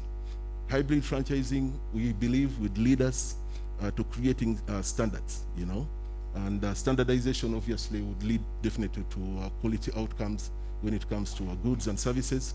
White label manufacturing, that's a key area that we are focused on, more especially when we're talking about the diaspora, and transitioning remittances from the diaspora, from micro development towards macro development. That is huge. Again, white label manufacturing, this is partly done through partners. Because you need technology, to do white label manufacturing. Developing countries, more especially LDCs, find it very hard, to just straight away transition, from literally nascent industries, all levels of development, technological development, towards being able to compete more especially on a global scale. So this does provide us that. Then we are talking about feeder systems. Feeder systems, agro-processing. So these are some of the things that we are looking at, but the most important thing, and I'll breeze through this, are accelerators. We talked about enterprises. We need to be able to mitigate the risk around enterprises. For us to have any hope of people actually investing, all capital chain, running alternative capital inflows, into to support SDGs, there need to be risk mitigation measures, that are put in place in the context of compliance, markets, human resources, technology transfer, and so on and so forth. But the most important thing that we have done, we have built dedicated structures, that will actually help accelerate enterprise success, pretty much across the board, and this is almost, think about it as babysitting, and I'll just breeze through this increasing visibility, transparency, accountability. These automatically would lead towards enterprise development, creation, thereby increasing tax revenue growth, and thereby leading economic growth. The two accelerators you're seeing, the one at the top, that is with the interventions. The one at the bottom is almost in a matter of natural progression. So these are just demographics at the bottom, just to show you the profile of the, the folks that are involved, of the partners, because this is really about partners who are able to create the level of economic sustainability, or that we're looking at, But again, and my time I believe has run out, But again, we have case studies in the context of financial institutions, how they would be able to benefit, from this platform, and different types of things. But I do apologize, it took a bit longer and had some technical issues. But thank you so much. I think this was meant to guide the panel discussion. So, but in case any questions do come up, please, I'm here to answer them. Thank you so much. Thank you very much, Mr. Mugisa. Yeah, thank you very much, Mr. Mugisa. As you all know, the Uganda economy is private sector led. Therefore, if anything is to succeed in Uganda, it has to be embraced and owned by the private sector. That is what makes this meeting very important, that as you have seen, the Prime Minister has been here to take leadership, and now he has promised that they will take care of issues like policy, regulations, and of course financing. Then the private sector will come in to implement and make some honest money in the process. It is along those lines that I would like to call upon Mr. Peter Chimbowa, who is the CEO of the Summit Leaders, and I would like to ask him this question. What are some of the practical milestones, Mr. Chimbowa, that the CEO Summit and your members have so far made in SDG implementation? And what are your plans to ensure the sustainability of the platform being launched today? Over to you. Thanks very much, moderator. I want to thank everyone who has spoken this afternoon. I come from the CEO Summit, and I'm the team lead. In the CEO Summit itself, by its very existence, falls under the Private Sector Foundation. So it's one of the members of the Private Sector Foundation. The CEO Summit also works with the Shared Value Initiative, the Africa Initiative, the Network for Shared Value. We've just gone through a similar meeting with the one that took place about 2 weeks ago at Lagos Business School. And it was about exactly the same conversation that we have right here now. The point here I'm delivering are the views and the commitment of the corporate sector leaders, the captains of business and industry in Uganda. They have learned quite a lot, especially from the COVID-19. Number one, what they have learned exactly is that this was the time for us to think about communities, to fall back to the community. And this is what the SDGs are exactly. That you cannot have a solid, legitimate business license when you don't have a community license. That's very important. And the CEOs in Uganda, captains of business and industry, believe that greed is dead. This is actually a book written by Professor John Kay and Professor Paul Courier, that greed is dead. That means you need the community. You need to work with the community. Transformation takes place when we look at the pain points of the communities and use these pain points as business opportunity. That's what it is. At the CEO Summit, we've set up what we call clusters. CEOs have been grouped in different sectors of the economy according to our national development plan. And these CEOs generate information and insights and build cases for business opportunity in 5 different areas. Number one is compliance. Looking for opportunity in the area of compliance. Where regulations are so strict, that is an area for innovation. To find out where money can be got using those very stringent regulations. Number 2 is building value chains.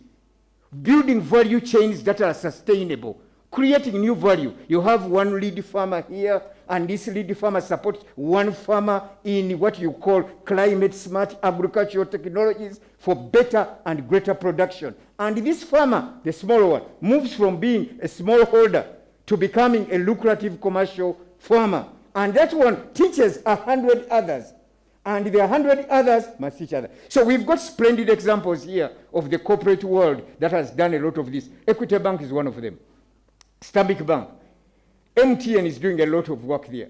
Uganda Breweries and others. So we've already started. There is some work that is going on. Number 3 is working on new products and new services. COVID has brought a whole raft of new activities and services that are available. Most of us talk about the service sector and so on, but there are quite a number of products and services.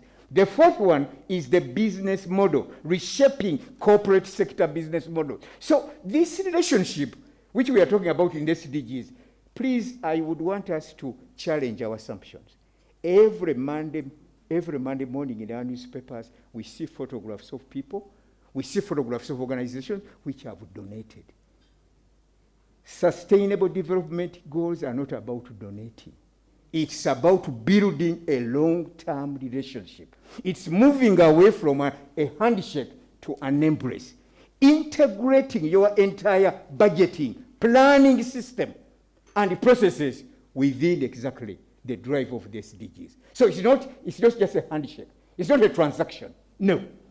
It's a long-term relationship built on broadening the economic value, delivering economic value to society, not by donating or giving.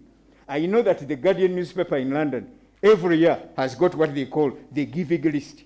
No, that's not what we are going to do in the private sector-driven arrangement. No, we are going to have what you call a purpose-first list. That is going to be launched by the Private Sector Foundation, and it's going to be, we're going to have it and celebrate those companies that are purpose first. That can demonstrate clearly measurement, moving towards creating real impact, and we'll recognize them. I don't want to call it name and shame list. No, it's going to be recognition and honor list. companies that have moved into the 21st century to know that greed is dead. So that's about the business model of corporate sector. The fifth one and the last one is what we call next generation platforms and pipelines, trying to determine exactly why are we in the business? What kind of business are we in?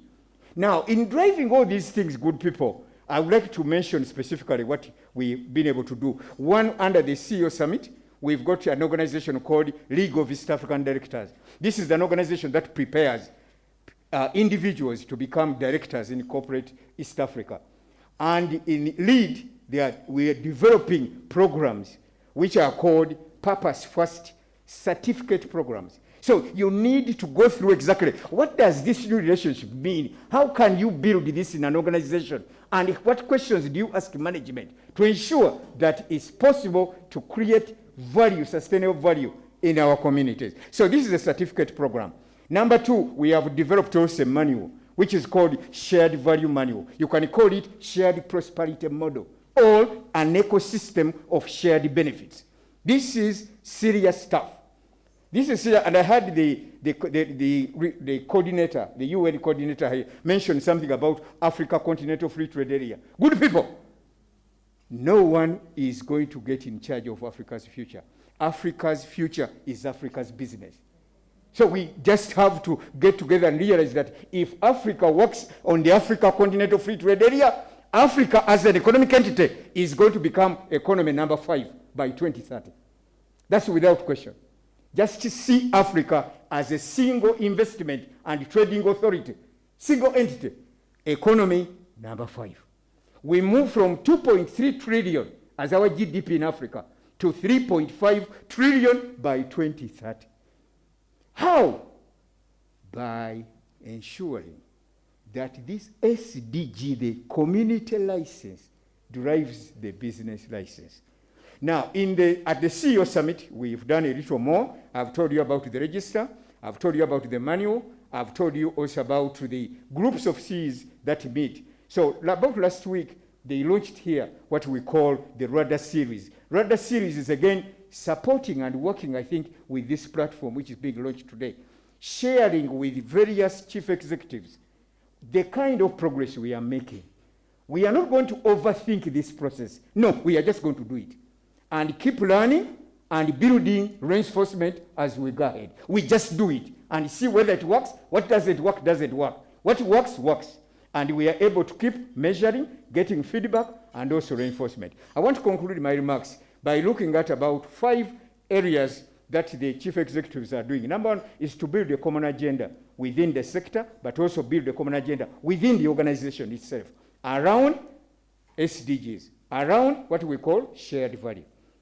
Number 2 is to build mutually reinforcing activities that are supporting with these very specific officers and executives responsible for this. And the board, remember, the board is going to ask these questions.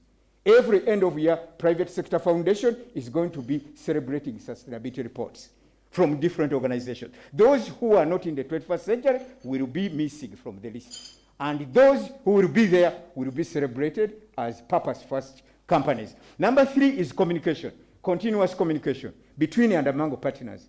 And number 4 is really to ensure that we optimize on the backbone, that the platform that is being launched today, so that we share and learn. We share from each other, we learn through each other, and we learn with each other.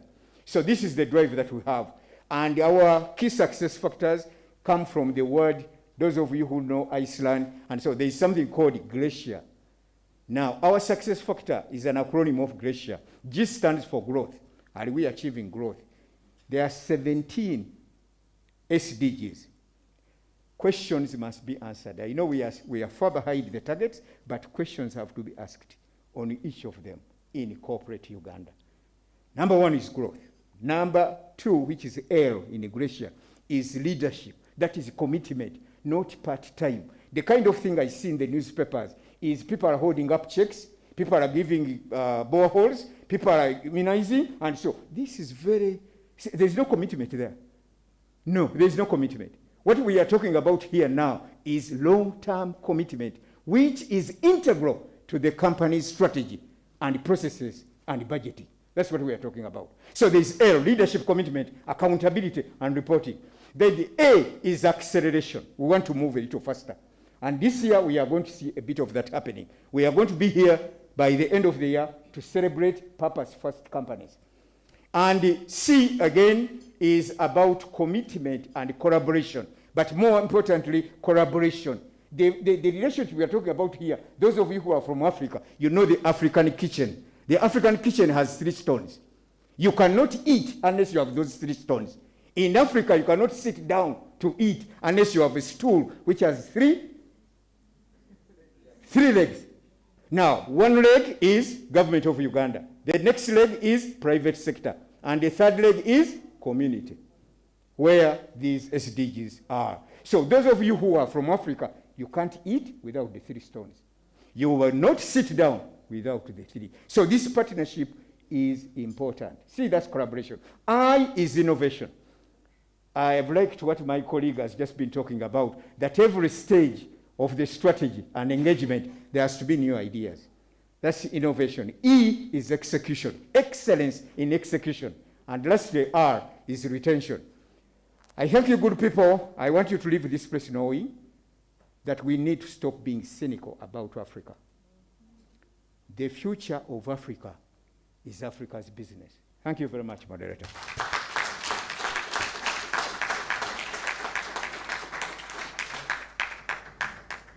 Thank you very much, Mr. Peter Chimbowa.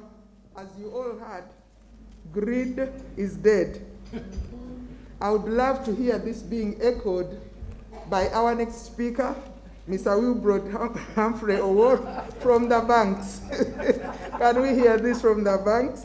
And 2, can we also hear about long-term commitment?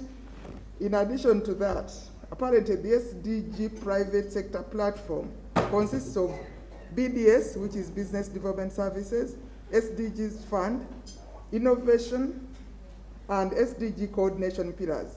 What currently exists and can be aligned to these pillars, and what is in it for us? Thank you.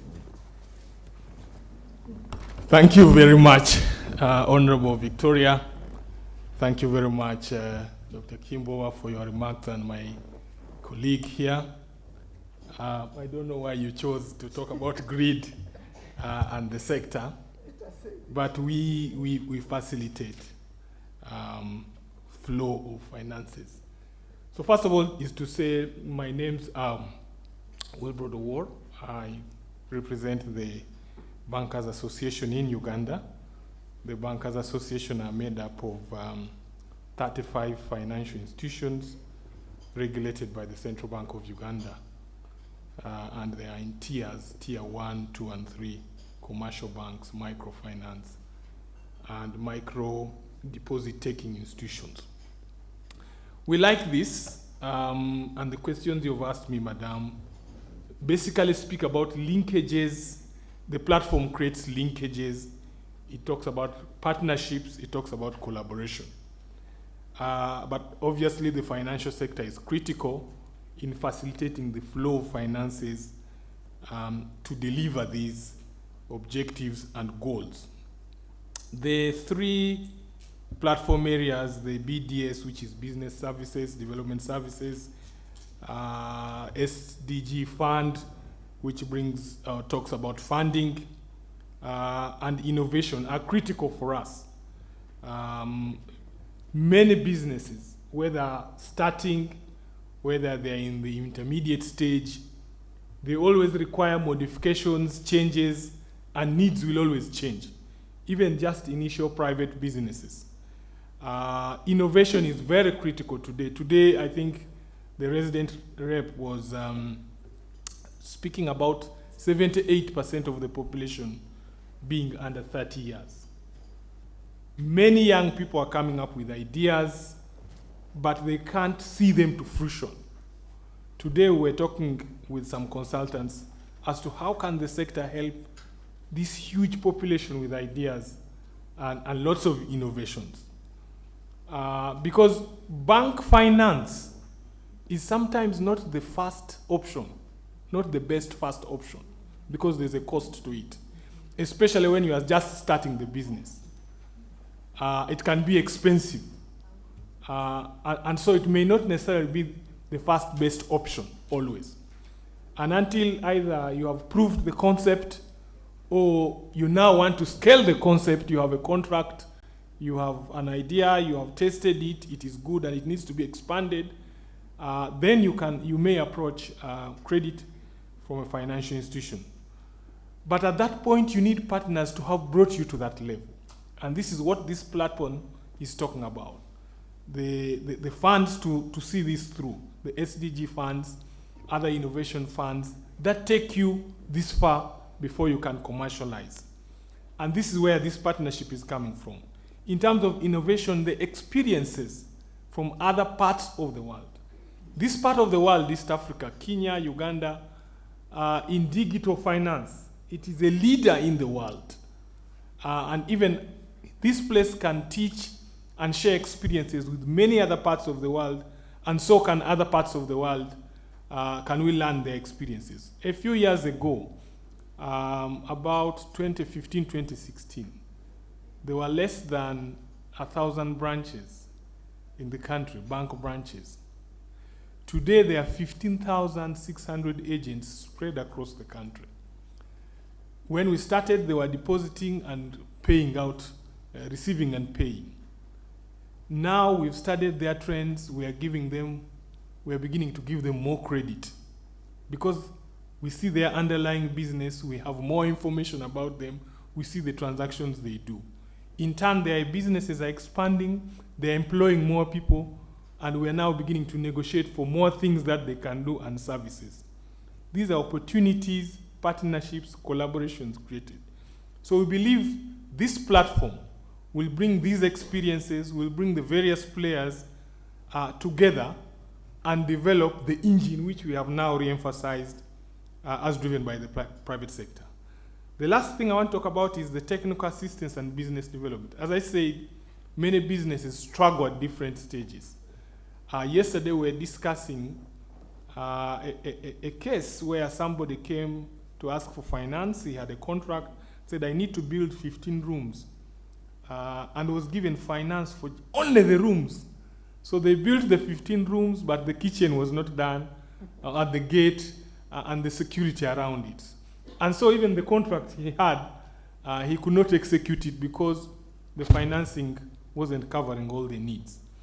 This is technical assistance, business development to understand the full cycle of needs so that you actually provide full solutions. So as the industry, we are looking forward to play this part. When we had the meeting on 25th February, there were wonderful examples shared by the UN. We are looking forward to benchmark on this and expand sources of alternative financing to take this partnership forward. Thank you very much. Thank you very much, Wilbrod. You have heard it from the horse's mouth, and we trust you. Now, I'm going to open up the discussion to the floor.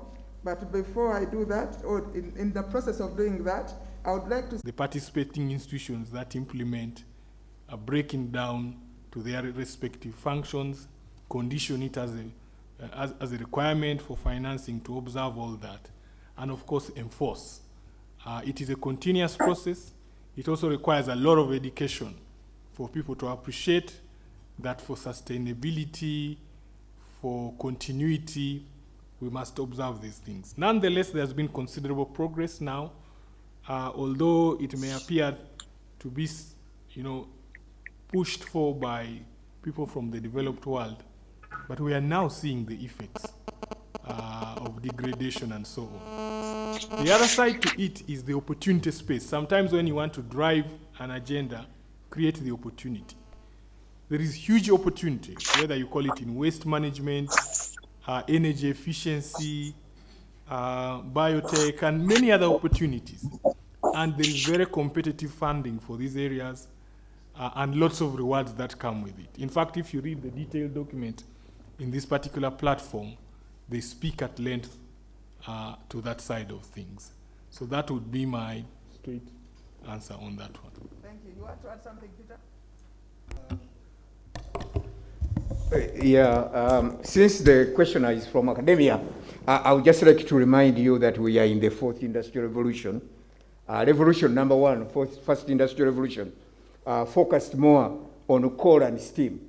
That was around 1740, 1750, and so on.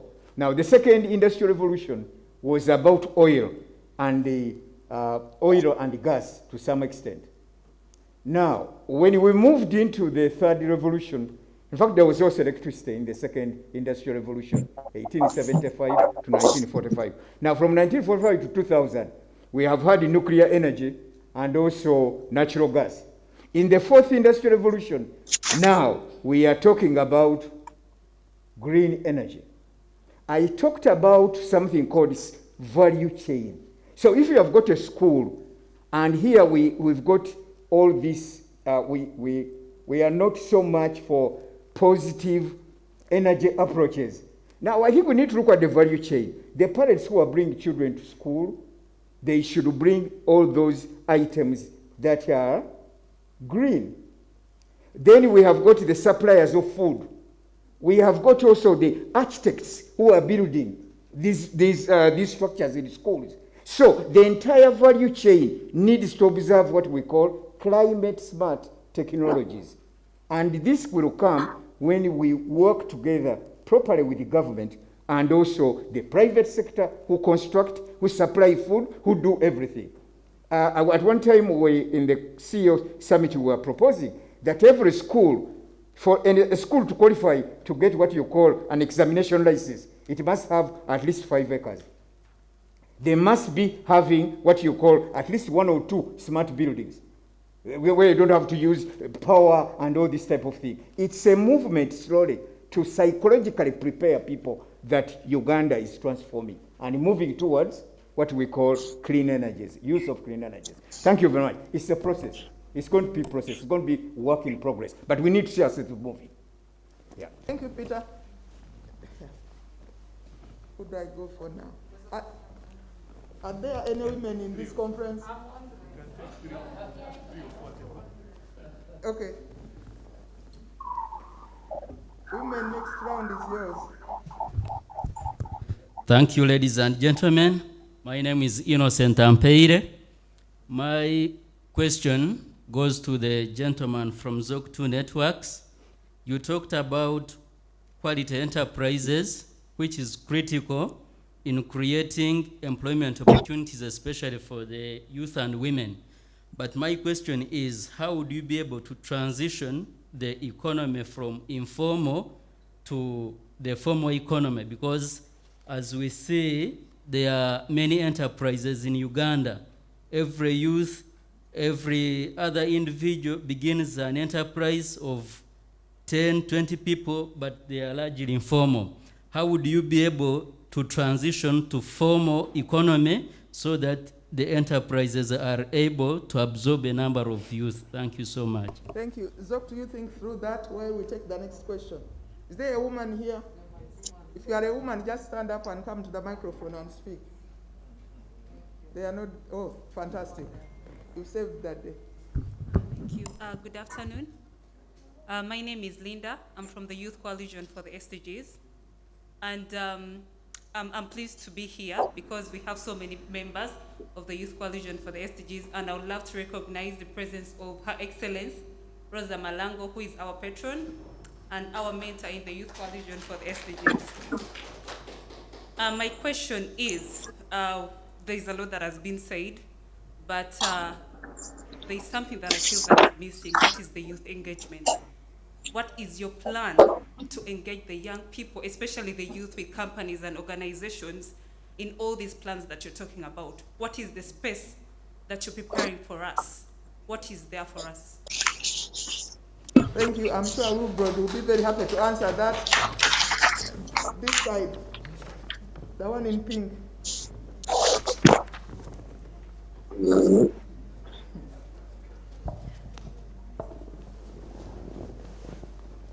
Thank you. My name is Ernest Chivumbi Benjamin. I work for HICGI News Agency, and I'm from Heal the Planet, which is also a member of the Youth Coalition for Sdgs.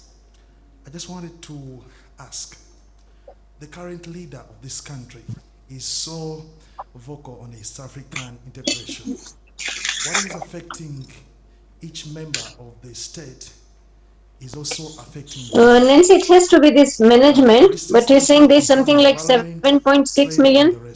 Did you find? the private sector foundation extending its wings towards our neighbors also affected by the events happening here. Thank you. Thank you. I think let us answer those first. Zoktu, you want to go first?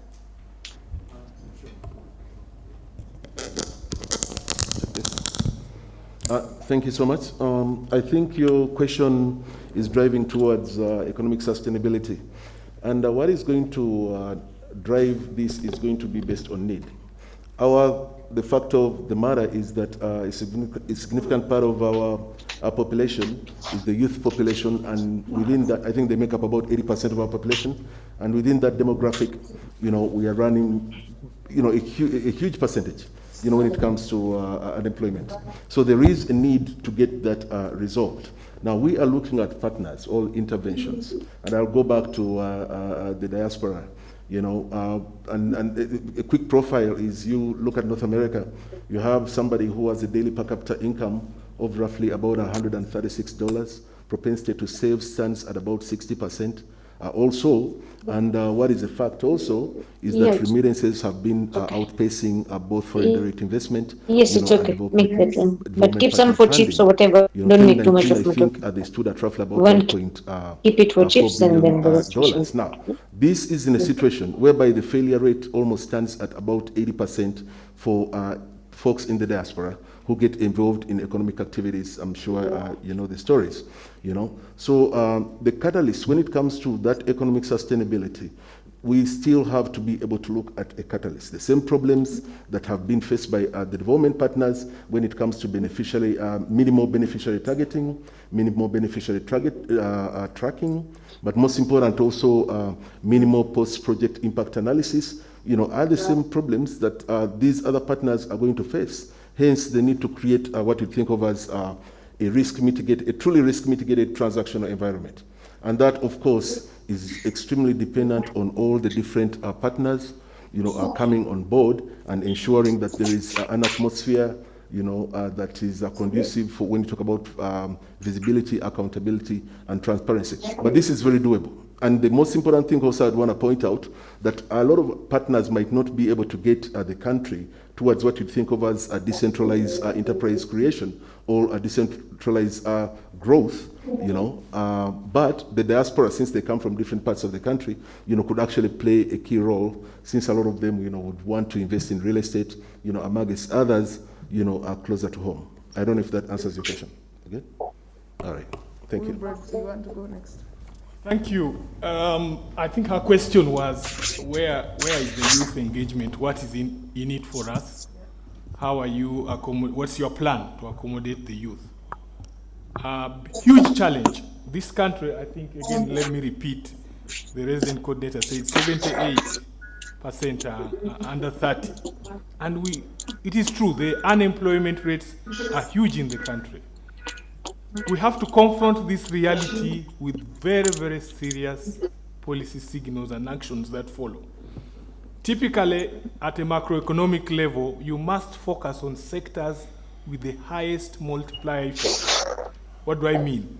Sectors that will create jobs, that will create revenues. And how do you do this? You must prioritize the resources you have and channel them to those sectors. Channel resources there. What resources do I mean? Whether it's finance, whether it is technology, channel incentives there. Establish markets for the work that those people do. I think PK said it earlier. COVID taught us a lot.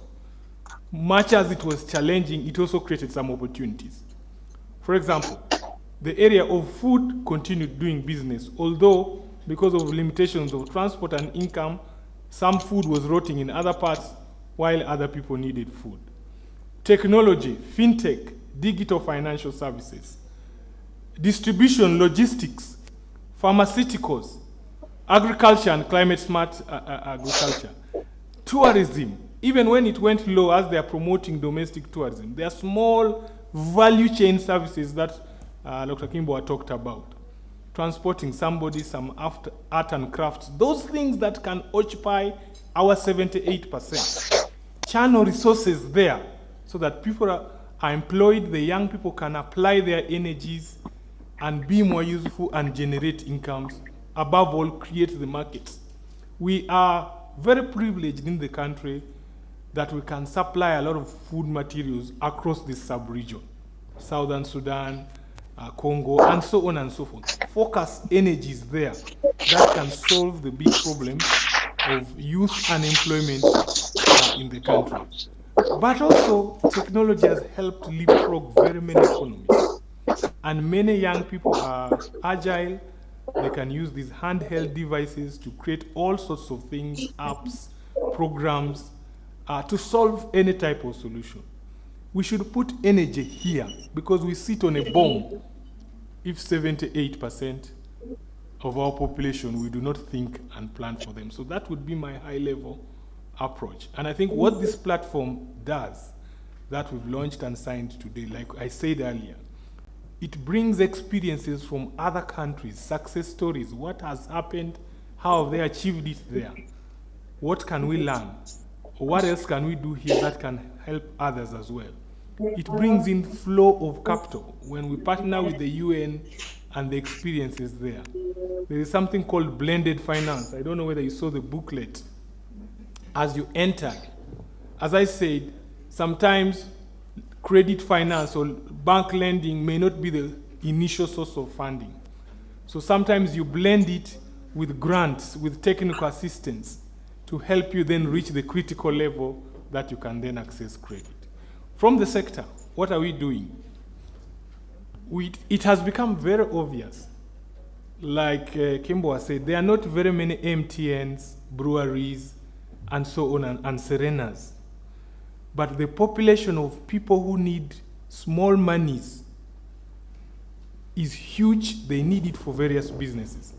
So if you can notice now, the financial sector is going lower and lower in the pyramid so that we can extend credit to the lowest levels. We are now lending on the phone more and more. We are lending through lower tiers, the circles and so on, to expand depth of finance to the lower tiers. This needs to be sustained with the activities I talked about so that money is not wasted at that level. That can have a higher multiplier impact. Thank you. Peter, you want to say something?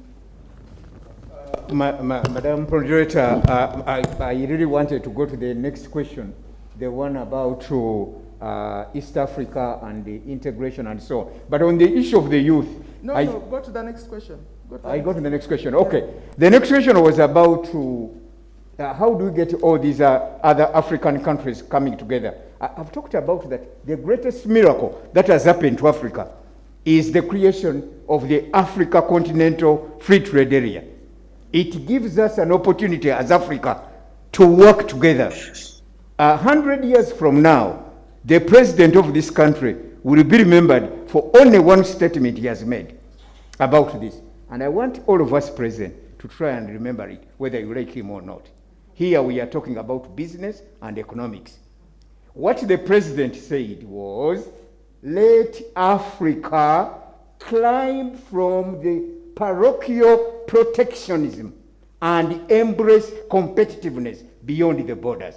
The president was saying there is a business case for open borders.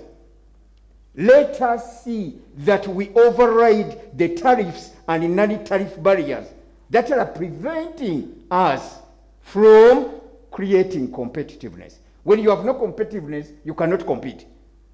So when we talk about the SDGs, we are really talking about Africa. Can we create standards and guidelines? Can we create enforcement mechanisms? Can we build a case for the Africa Continental Free Trade Area? We remember one thing. It's not enough for you to be great if you are not part of something greater than you. You are just small fish still and telling yourself lies. So if a company is so big, as a big company which is making money, there is purpose beyond profit. There is value beyond the numbers. So if you are going to prove your worth as a company, you must be part of something greater than your funny company or business. And those are the 17 SDGs. Thank you very much. Thank you. I open up for more questions. There is a woman next round. There is a woman with a question next round. Just stand up and come to the microphone.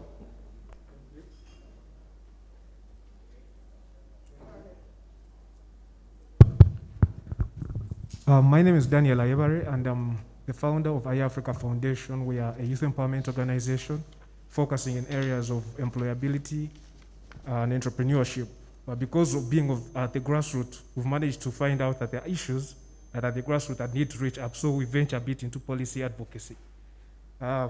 Two of the interventions we've had to go through is, number one, to deal with governance in this country. And we're talking about the kind of leaders we are building for this country. We still have a problem right from primary, secondary, as early as primary school, of kids who have to go look to talk to their parents for sweets, go and contest for class monitor, and then probably go and become prefect, running budgets of amounts higher than LC people would be running with. And we think that is a very big problem. We've tried to engage some of the stakeholders, including the ministry and including church people and including all that we can. That is one. And the other area we are dealing with is in the area of education, again, in delivery. Of course, as Mr. Pike said, COVID has taught us the frailties of the past, that we must have solutions. So we are building an online platform where we train teachers on how they can develop marketable content that they can sell online, and pupils or students can access them from the comfort of their home, probably have an opportunity to do their homework with their parents. And we believe this will go on even post-COVID, because we have a challenge of homework and having to have kids stay at school and all that. But my comment today is in the last UN platform I was at, it was for the next 5-year plan, and I made a suggestion that we need to change systems and look at more transformative systems as interventions for Africa. And instead of focusing on solving just today's challenges, we need to look at actually building a platform to continuously transform, because we are really lagging behind on some of our counterparts. So today, as I was listening to Mr. Pike, he said something about shared value that the CEO Summit is dealing with. And I believe this is a wonderful example of such a platform. But on the other hand, I would like to also say we must appreciate the companies, though they come in front on the Monday newspapers, they were giving funds and all and donating, that they're also doing a great job. I think Honorable Karo can attest that in the first few weeks of COVID, the money that was raised out of the private sector was really important. In this regard, I think I wanted to inquire from the representatives of the private sector foundation what happened to the CSR awards that we used to have on that platform. Because as much as we want businesses to kind of transform in their corporate governance and how they do business and how they develop their systems and products, we really lack a platform that, number one, engages them in what are the available practices and then celebrates them. Because, you know, as a culture in any institution, we have to create the regulatory environment, then see how we go on pushing it to make it a lifestyle. So I'd really want to encourage Honorable Karo, who is here and who already has attestation of what it means to have these involvements, to see how do we revive that spirit of promoting and celebrating the organizations that are actually extending their hand while we drive towards shared prosperity. Thank you. Thank you. Next question. I said if there is a woman, just stand up. Have we run out of women? Okay, now that there are no women, yeah? Now that there's no woman, I'll go for the gentleman in pink. That's the closest I can get to women.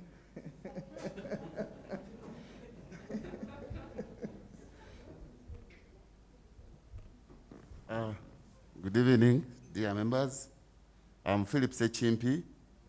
I'm the chairman of Uganda Tailors Association.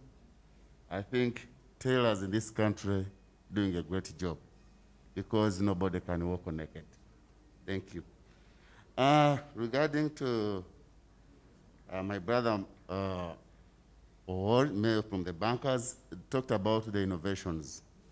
Actually, innovations are many in this country, but sometimes when they submitted their innovations or their concepts, it also dies from there.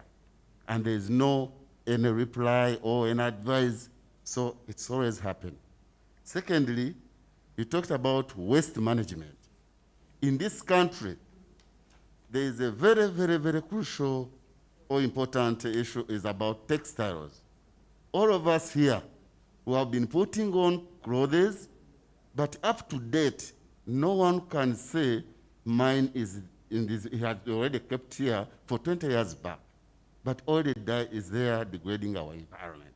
So, as Uganda Tailors Association, we are looking at to collect all the clothes across the country so that we redesign them or we get other products like artifacts, like Mama Koro Kruto, he has put that called artifacts in our sector.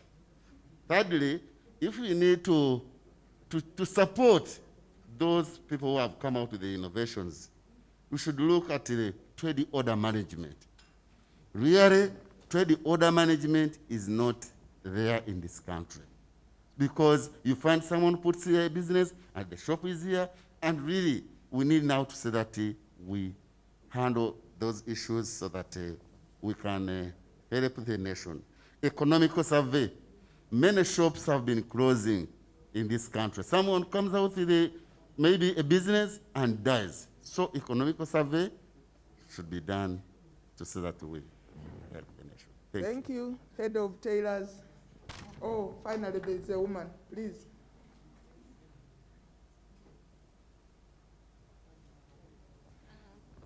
Good evening, everyone. My name is Jyoti from Mama Care. Though my question, it's not a question, it's a suggestion, what I feel. What I feel like, okay, sorry. As a woman, what I feel.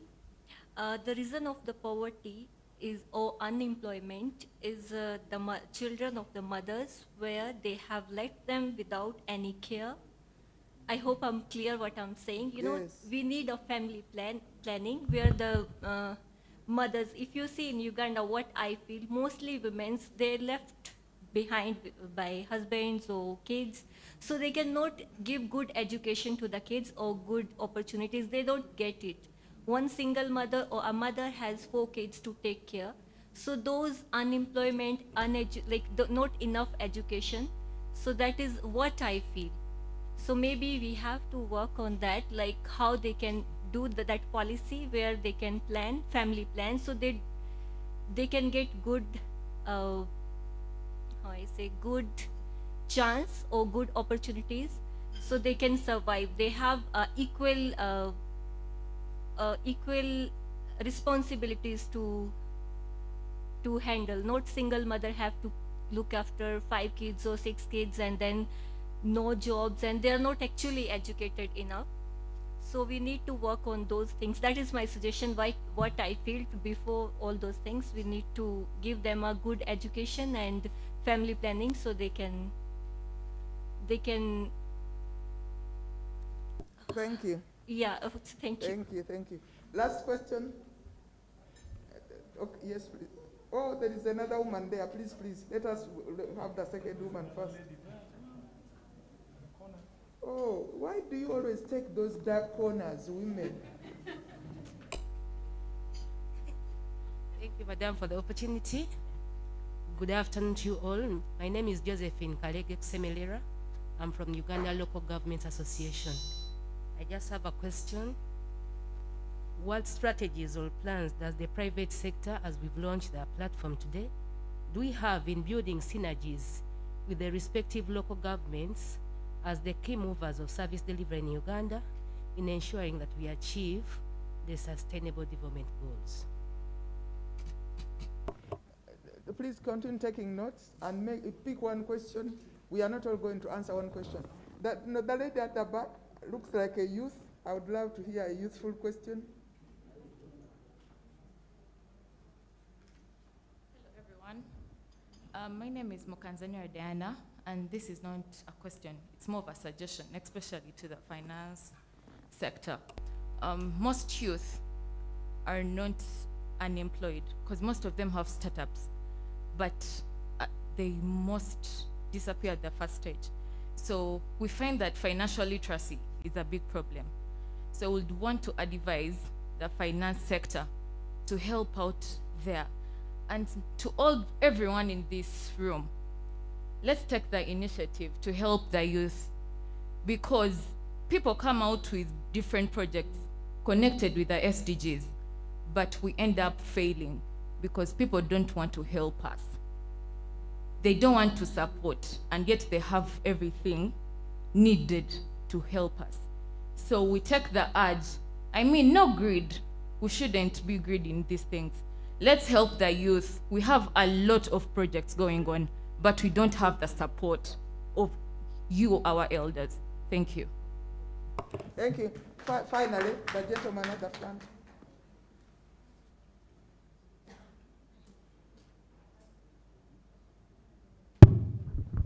Good evening, everybody. Good evening. This goes to the panelist, and I want to just read something small. It says, the future millionaire or billionaire of Africa will not be from oil or gas sector, they'll be coming from agriculture sector. I can stop on that, then I ask my question. True, there is a support that you intend to give. However, there is one challenge, or many, under primary agriculture.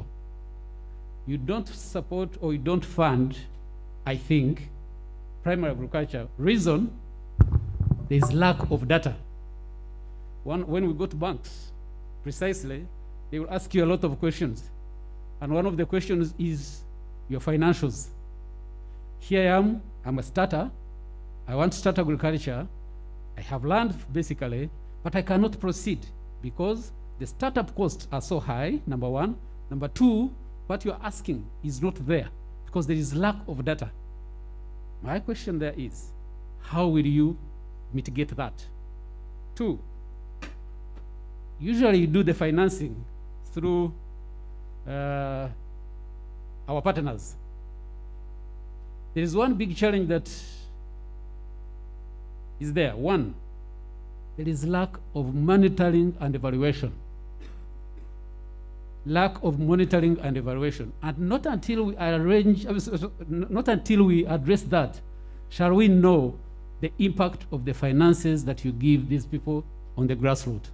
And therefore, us, and of course, PK said, one of the things that we need to do is value chain. But before you reach the value chain, what are the inputs that you have to get so that you are able to achieve that?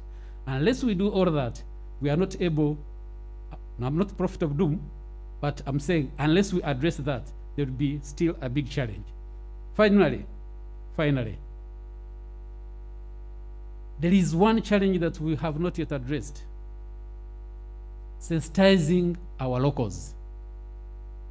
I know it's a big cost, but unless we address that, sensitizing, because in competition here, you will always find, I'm doing cabbage, my next is doing cabbage, the third one is doing cabbage. It does not add value. We need to address that, the sensitization. How will you manage that? Again, lastly, Madam Mugisa, we as Uganda, we have a cooperative or a competitive advantage over the region in agriculture. We have 2 seasons. And in most cases, at times, even we have 3 seasons. How will you educate our people to be able to utilize that important nature that we got from God? Thank you very much. Thank you.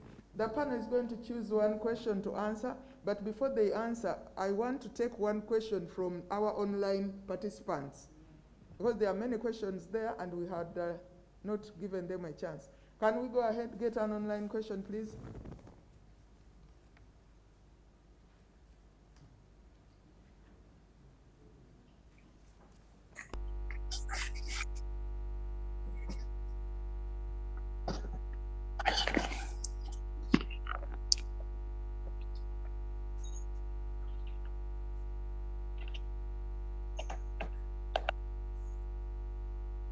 Do you want the online just to speak, or somebody's going to point out, madam?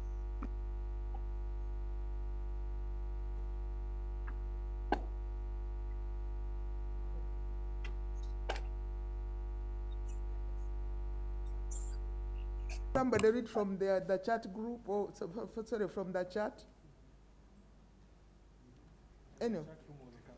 Yeah. What, can technology please sort that out? Meanwhile, okay, I can read a couple of questions. Okay. I've been monitoring through my team. So one of the questions is,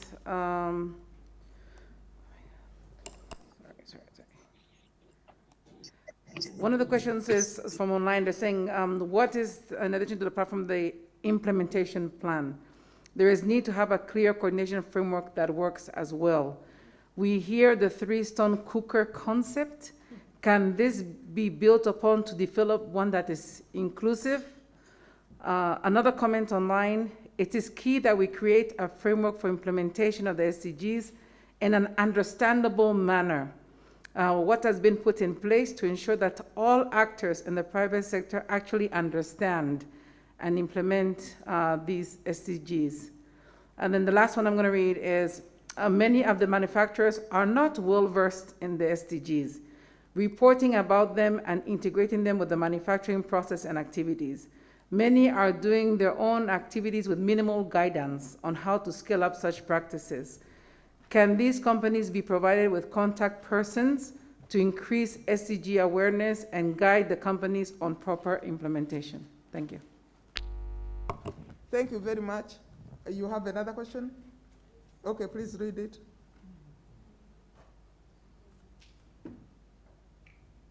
From the Uganda Bankers Association, how will Uganda finance itself to achieve SDGs? The other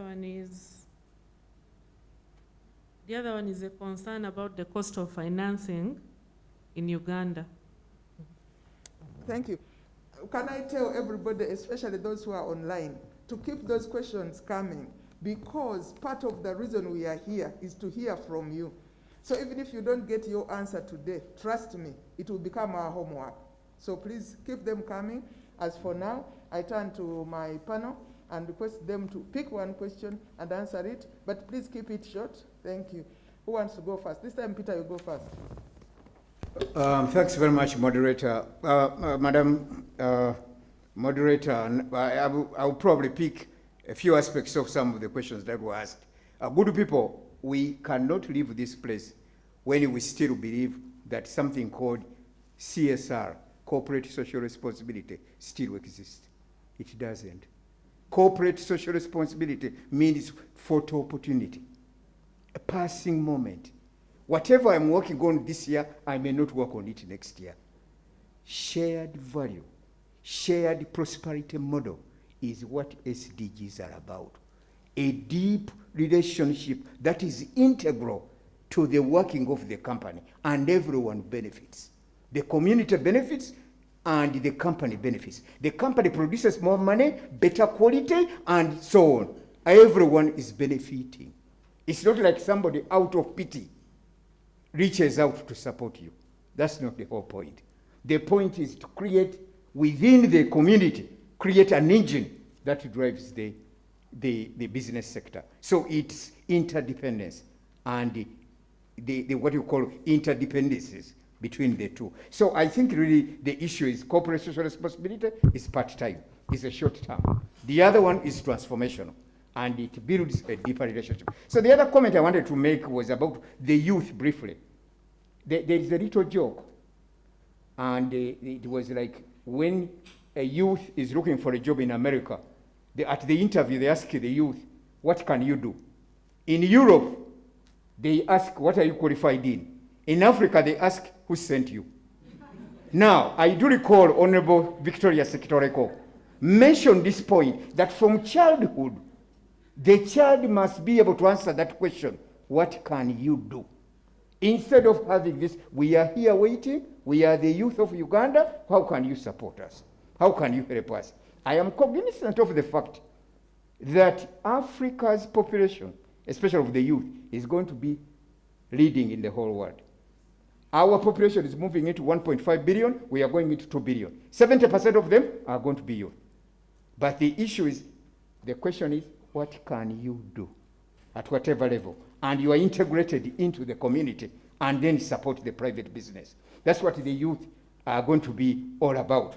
I would like to remind you, especially now that we have the former Minister of Agriculture present here, Africa has 860 hectares available for agriculture.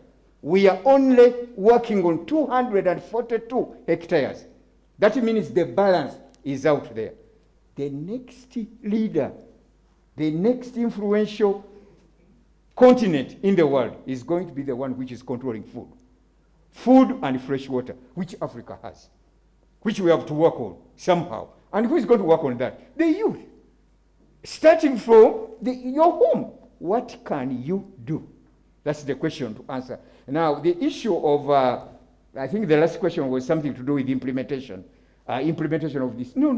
In the CEO Summit, what we are doing is we are taking leaders of business and industry to move away from corporate social responsibility to shared value. Over time, there are guides and manuals which have been produced. We have apps and so on. And remember, we are creating competition in the private sector on which of the companies has demonstrated real achievement and success in the SDG. We are going to measure, share feedback, and build reinforcement. 1 year in, 1 year out. And that's going to happen continuously. And this information is going to be shared all through on different platforms, especially the one being launched today. Thank you very much, Madam President. Mr. Mugisa? Well, thank you.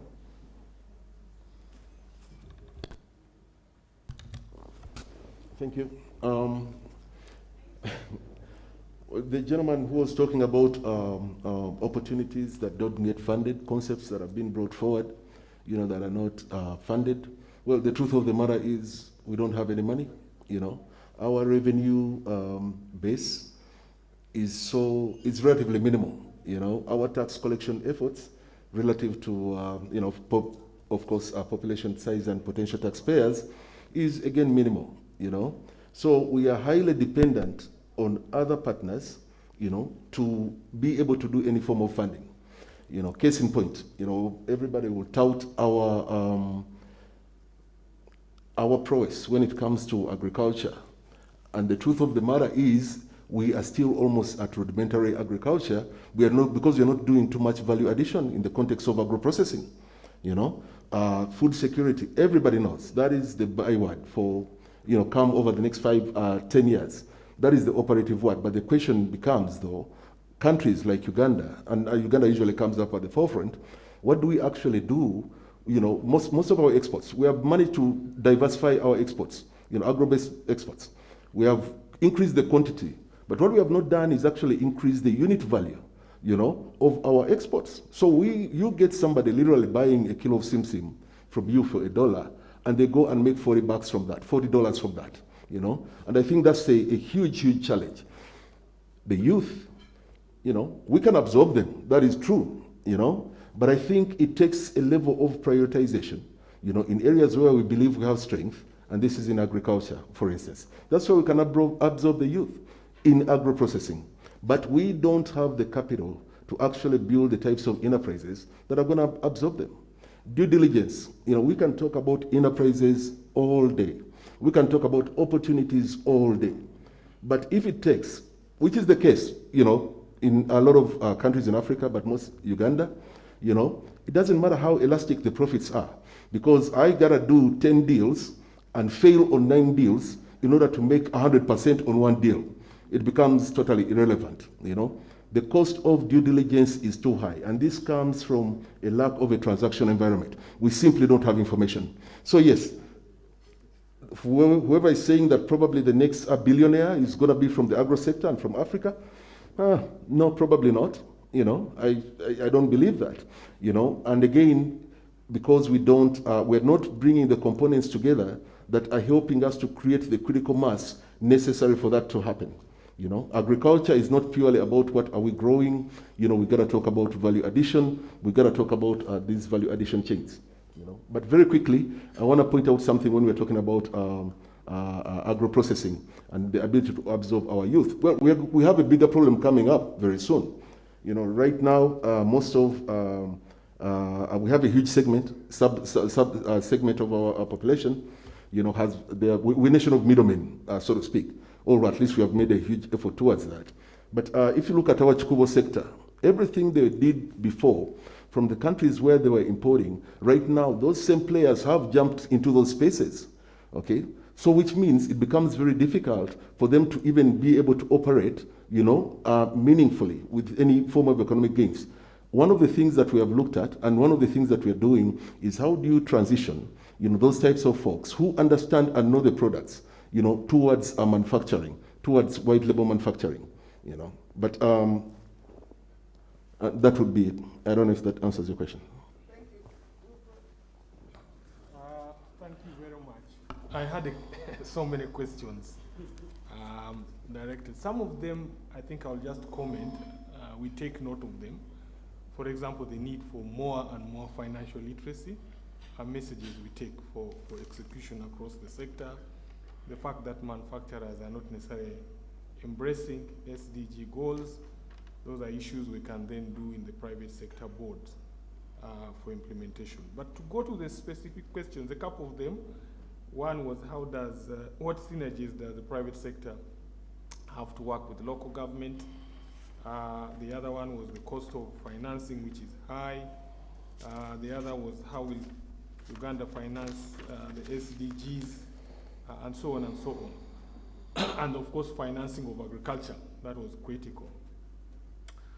Agriculture is a long story. We could finish the whole afternoon talking about it and why it is not well financed, what are the challenges. But at the end of it, financial sector extension of credit is driven by the market, the end goal. After you have produced and gone through that whole struggle, whether at a rudimentary level, value added, where will it end up? Will it fetch you the money? Once that equation is answered, bank financing will flow. If it isn't, what are the issues we have to deal with in that whole chain, including risks? And like I said, it is a whole story that we can go through. What synergies does the private sector have with local government? I think most critically, local governments are authorities, urban authorities in different parts of the country. I think the best way to approach it is for every local government to look at its comparative or competitive advantage within its region. What does Mbarara grow better? Or what is Mbarara good at? Is it cows? Is it matoke? How do we create a market opportunity out of that so that the private sector thrives and indeed the local government gets revenue as a result? Once that partnership is defined, if it is Mbali, is it coffee? That makes sense there. How do we promote it so that business thrives? As a result, the local government gets revenue. So I think the local governments by themselves need a self-examination. What is the competitive advantage in each of their areas? How do they translate that into opportunity for the private sector and create the linkages with both financiers and markets? What's the cost of financing and why is it high? Another long story. And this is the debate I get everywhere, every session we have. A lot of things drive the cost of finance, including the cost of business itself, the risk associated with it, with the lending, and the alternative way you can use money or invest that same money. And that is driven by the fiscal and monetary policy of a particular economy or government. If the alternative, because government instruments are considered safe, brings a higher return, it can drive the price of lending, because otherwise you can put money there and earn interest without a risk. I think what is important is how can the sector continue to work to bring it down and make it competitive. And that's what we are doing, to try and leverage technology to drive financial inclusion and bring more people in the economy so that there is economies of scale that can eventually drive the cost of financing downwards. How will Uganda finance SDGs? It is work for all of us. Let me use the three-legged stool. the community, the government, the private sector, and its partners. All of us have a role to play. The private sector are the business people. We all have a role depending on what role you are playing, whether you're a financer, insurer, manufacturer. The government creates the policy framework and provides the security and environment in which business is done. It creates that environment and attracts more partners, and the community supports it. So the relationship is symbiotic, and each one of us has a role. Thank you very much. Thank you very much, Wilbert. Let me take advantage of being moderator to comment on the question of the youth. And this youth said that they need to be supported or something like that. Let me share what I have observed, because as a grandmother, I'm really mentoring quite a number of youth. What is happening in the field is that a number of youth, not all of them, are starting projects. And as you heard from Madam Rosa, the rate at which small and medium projects fail is really terrible. So many of these fail, like she said, but they don't fail mostly because of financing. What I have observed is that, one, there is the copycat effect. You see me making mandas for the village, and you also start making mandas, and she's also making mandas. How many mandas can one village eat? So that is copycat. That leads to failure. But besides that, the most important thing which is leading to failure of youth projects, entrepreneurs, and people who are young people who are going into business, is BDS. To the youth, there is a difference between making fantastic chapati and setting up a business to sell chapati. For them, they make good chapati. You eat their chapati, they are the best. You tell them, set up, write the books, and then tell us how much you have paid here, and you hire somebody to do the marketing, hire somebody to do the procurement. They fail there. Uganda, we may have to come up with a system where maybe, in Uganda, there is a word we call omugaga. In these project running things, we may need omugaga there, who can be there for the youths, so that if this youth is making chapatis, you do all the books and then you share the money. If that one is making groundnuts paste, he does the good groundnuts paste, but you do all the books. Let us accept that not everybody is an entrepreneur. I remember late President Nyerere of Tanzania said there are two things he can't do. One is business, the other is dance with a woman. So let us accept that even our youths, even if they can do those, they are innovative, they are not necessarily business people. Let us accept it, because we don't all give birth to angels. As soon as we take care of that, you'll be surprised how many jobs can be created and how our youths will light up. Having said that, I want to thank everybody. I want to thank everybody for coming. And I want to, at this stage, to hand over to Mr. Dimitri to take us forward. I thank you. Have a nice day.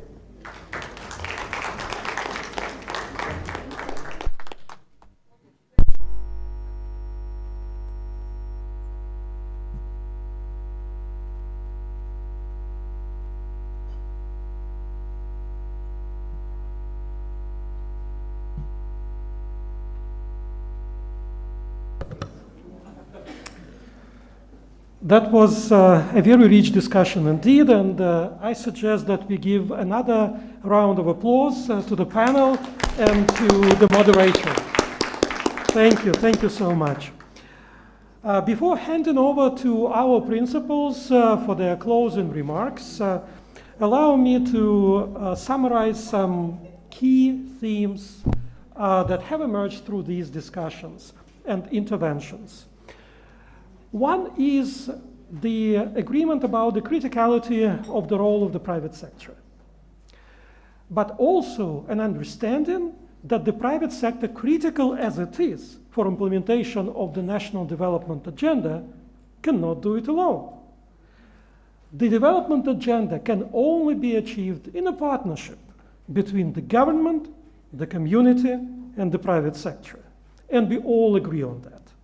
The second important theme that has emerged was about the longer-term approach to the private sector engagement. We need not to hope for some quick wins, but we do need to engage in a very systematic and long-term perspective with the private sector by mainstreaming the SDGs into their processes, products, services, and models. The third important theme that has emerged here was that we also need to distinguish between different private sector entities. We are collapsing them all together and talking about them as if it were one entity. But we have huge agribusinesses, we have huge breweries, we have huge manufacturers, and we also have small cooperatives and small enterprises of 20 to 30 people. And they all need to contribute to the achievement of the Sustainable Development Goals. And the last theme, and the Prime Minister has made that point very clearly, is the quality of growth. The quality of growth mentions as much or even more than the growth itself. We don't want to grow, figuratively speaking, the same huge caterpillar. We want that caterpillar to transform into a butterfly at some point, to transform into a new quality. And this is the link between the growth that we are trying to achieve for Uganda and the Sustainable Development Goals.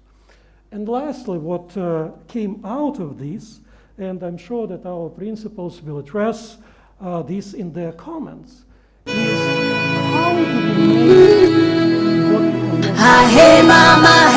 platform meaningful to the different kinds of businesses? What does it mean to them, launch of this platform? How in reality can they engage? How can they benefit from this platform? And what collectively we can do to facilitate and enable different private sector entities to contribute to the SDG agenda. With this, I would like to invite Mr. James Collins Dombo, acting permanent representative, permanent secretary, OPM, for some closing remarks. Thank you so much.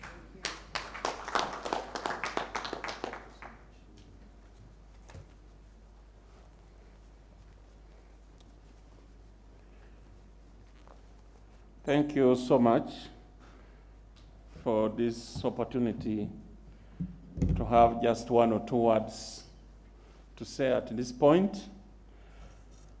Honorable Minister of General Duties in the Office of Prime Minister, but also the focal point Minister for SDGs, Your Excellency, the UN Resident Coordinator in Uganda, all United Nations representatives and development partners, colleagues from the different MDAs in this country, representatives of civil society, organizations, academia, and all the other categories I may not have mentioned. Ladies and gentlemen, mine is a very good and short job to do. First of all, I really want to take this opportunity to thank all those that have played a part. We have had a very good day. It has been a very successful day. Allow me, on your behalf, before I will invite the Minister just to say the closing word, allow me to thank the Right Honorable Prime Minister who was here before for launching this very important platform amidst the busy schedule he had today, but also allow me to thank the Honorable Minister, the focal Minister for SDGs. Let's give them a hand clap. I, who sometimes works near them, know how much they really put in and they treasure this type of arrangement. Before we came in, I know how much my minister, the Minister of General Duties, how much she was stretched amidst so many other programs, but giving this as a priority. So, Honorable Minister, we really want to thank you so much.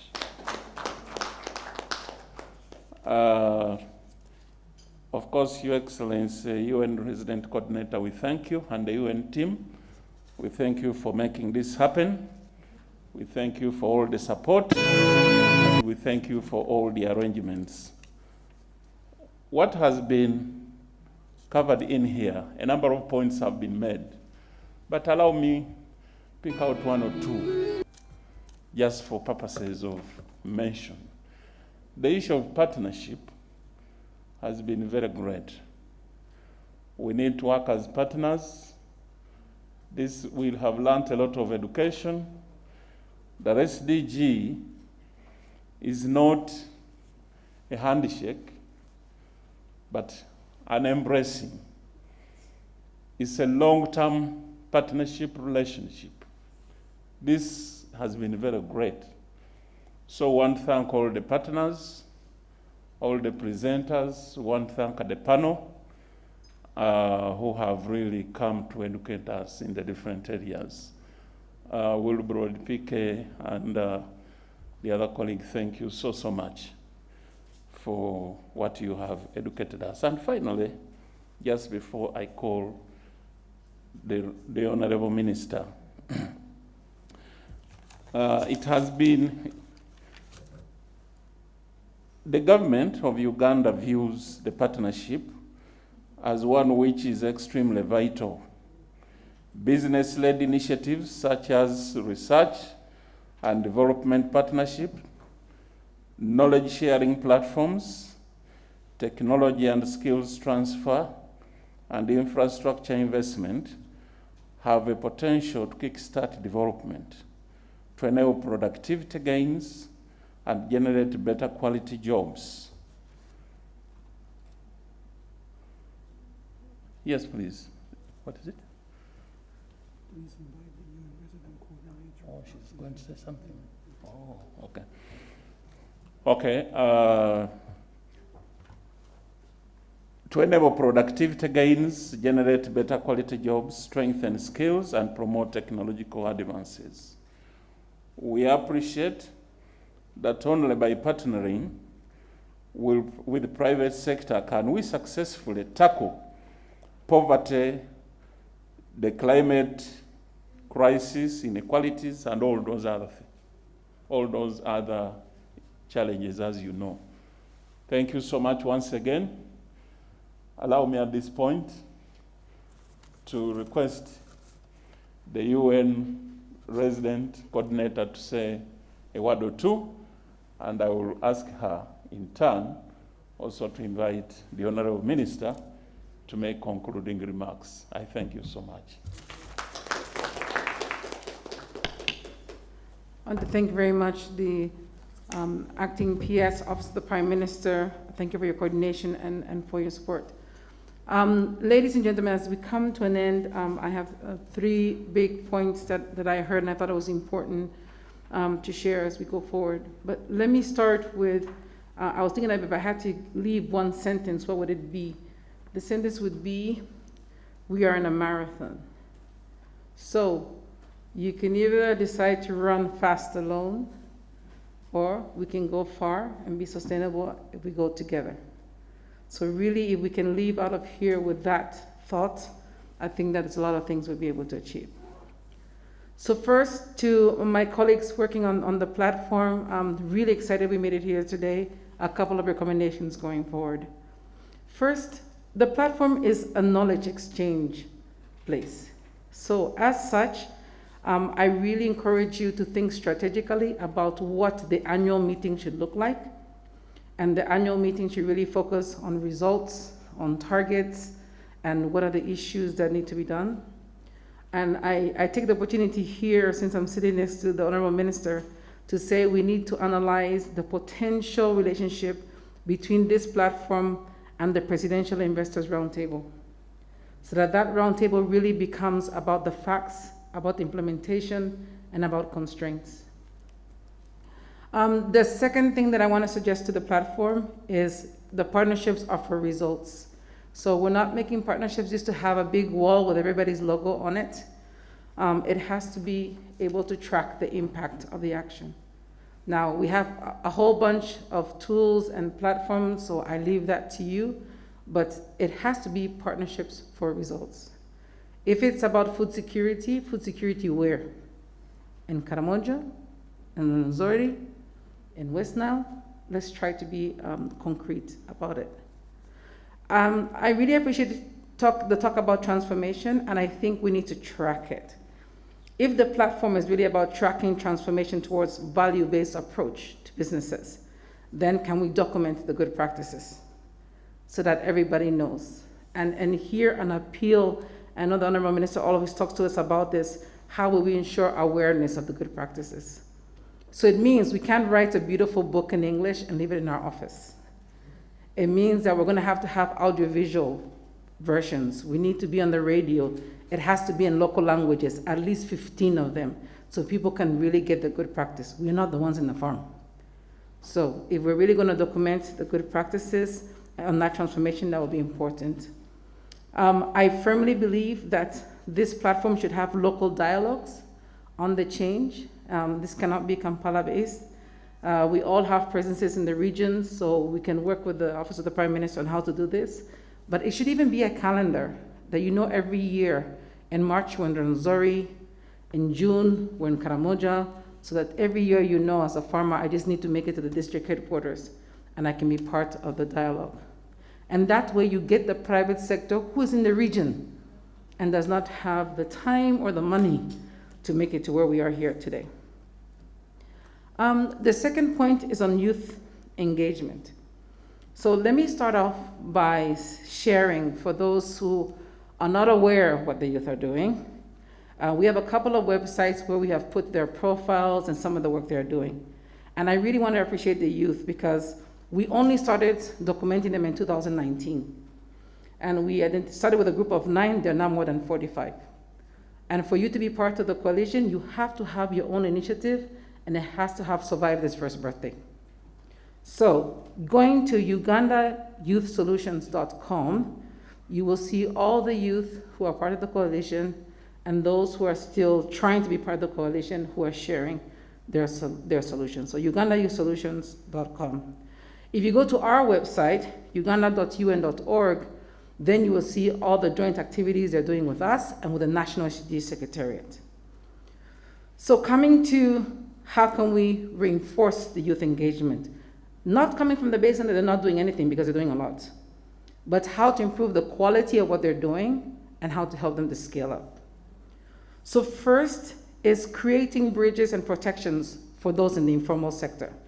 And here, in response to the Bankers Association and some of the people talking, as the UN, we established with the UN, between the UN and Stanbic Bank, something called the Economic Financing Facility.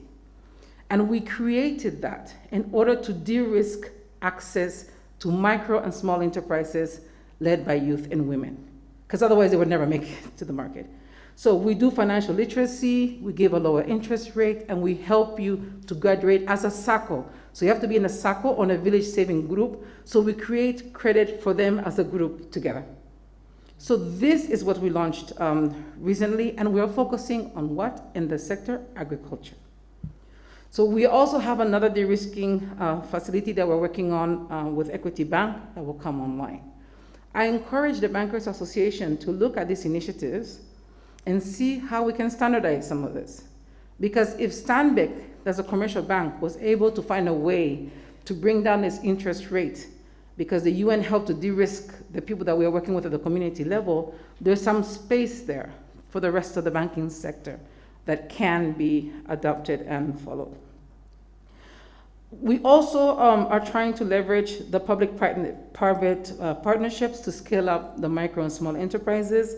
I was happy to hear there's a mapping going on. I think we need to do more about that and look at it.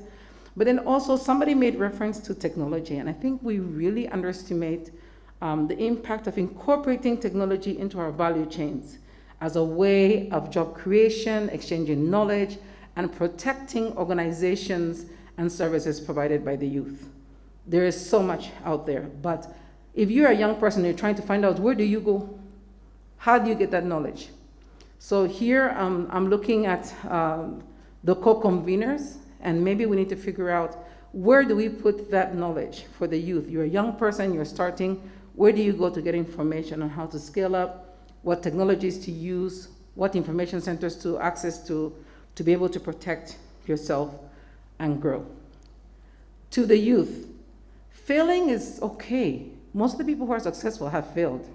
Otherwise, they're not really successful. And I mentioned this to the youth group which I mentored. I lost everything 3 times. I'm here. You know, you fall, you dust up, and get back up again.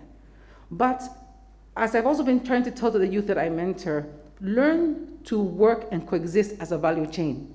Not everybody needs to be able to know how to cook, and the other one, everybody how to paint. No, use your different strengths together. And when one of you is doing something, everybody else support it. It's amazing how much you will learn. So to the other youth who are listening to us out there, form your own coalition. You can do it in the neighborhood. One of you is a carpenter, the other one is a plumber, the other one is a taxi driver. What can you do if you come together? Really, by coming a coalition, you'll be able to do that. The third point, which is my last one, which I wanted to share, and I'm going to ask my team to share with you a paper I recently presented on the options for financing development in Uganda. Now, Uganda has a lot of potential, but it also has a lot of challenges.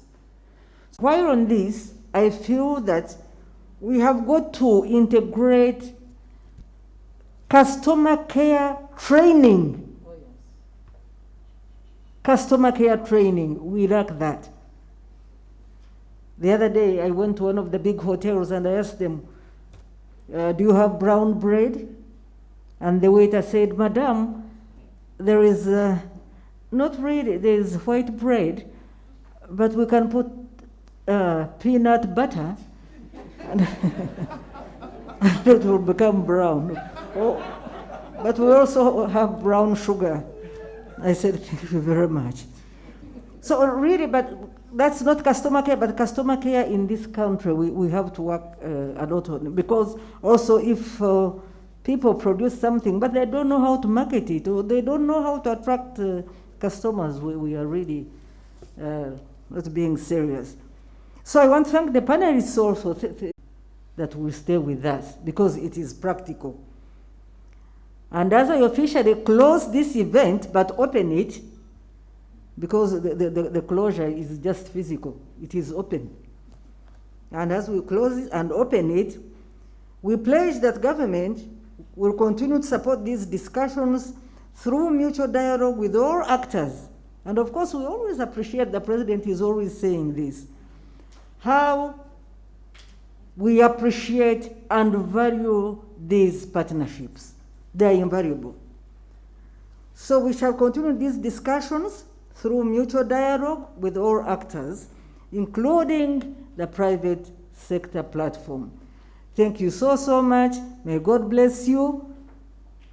And when we get out of here, let us start and implement what we have passed. I thank you.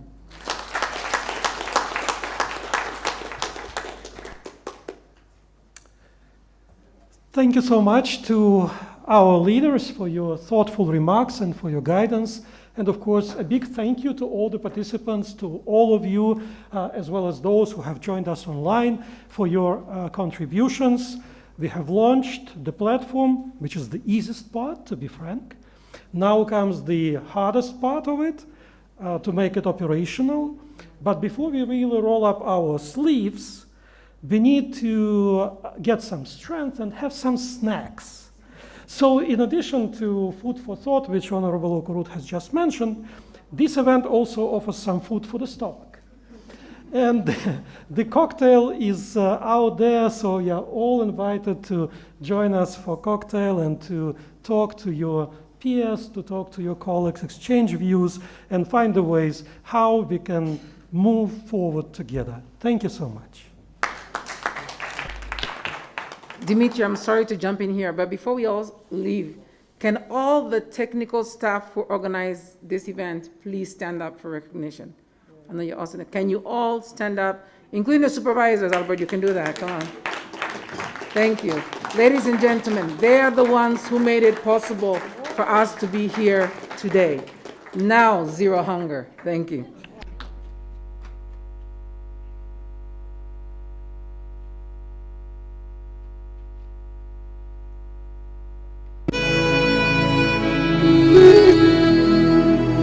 Hey mama, hey, why blast music band?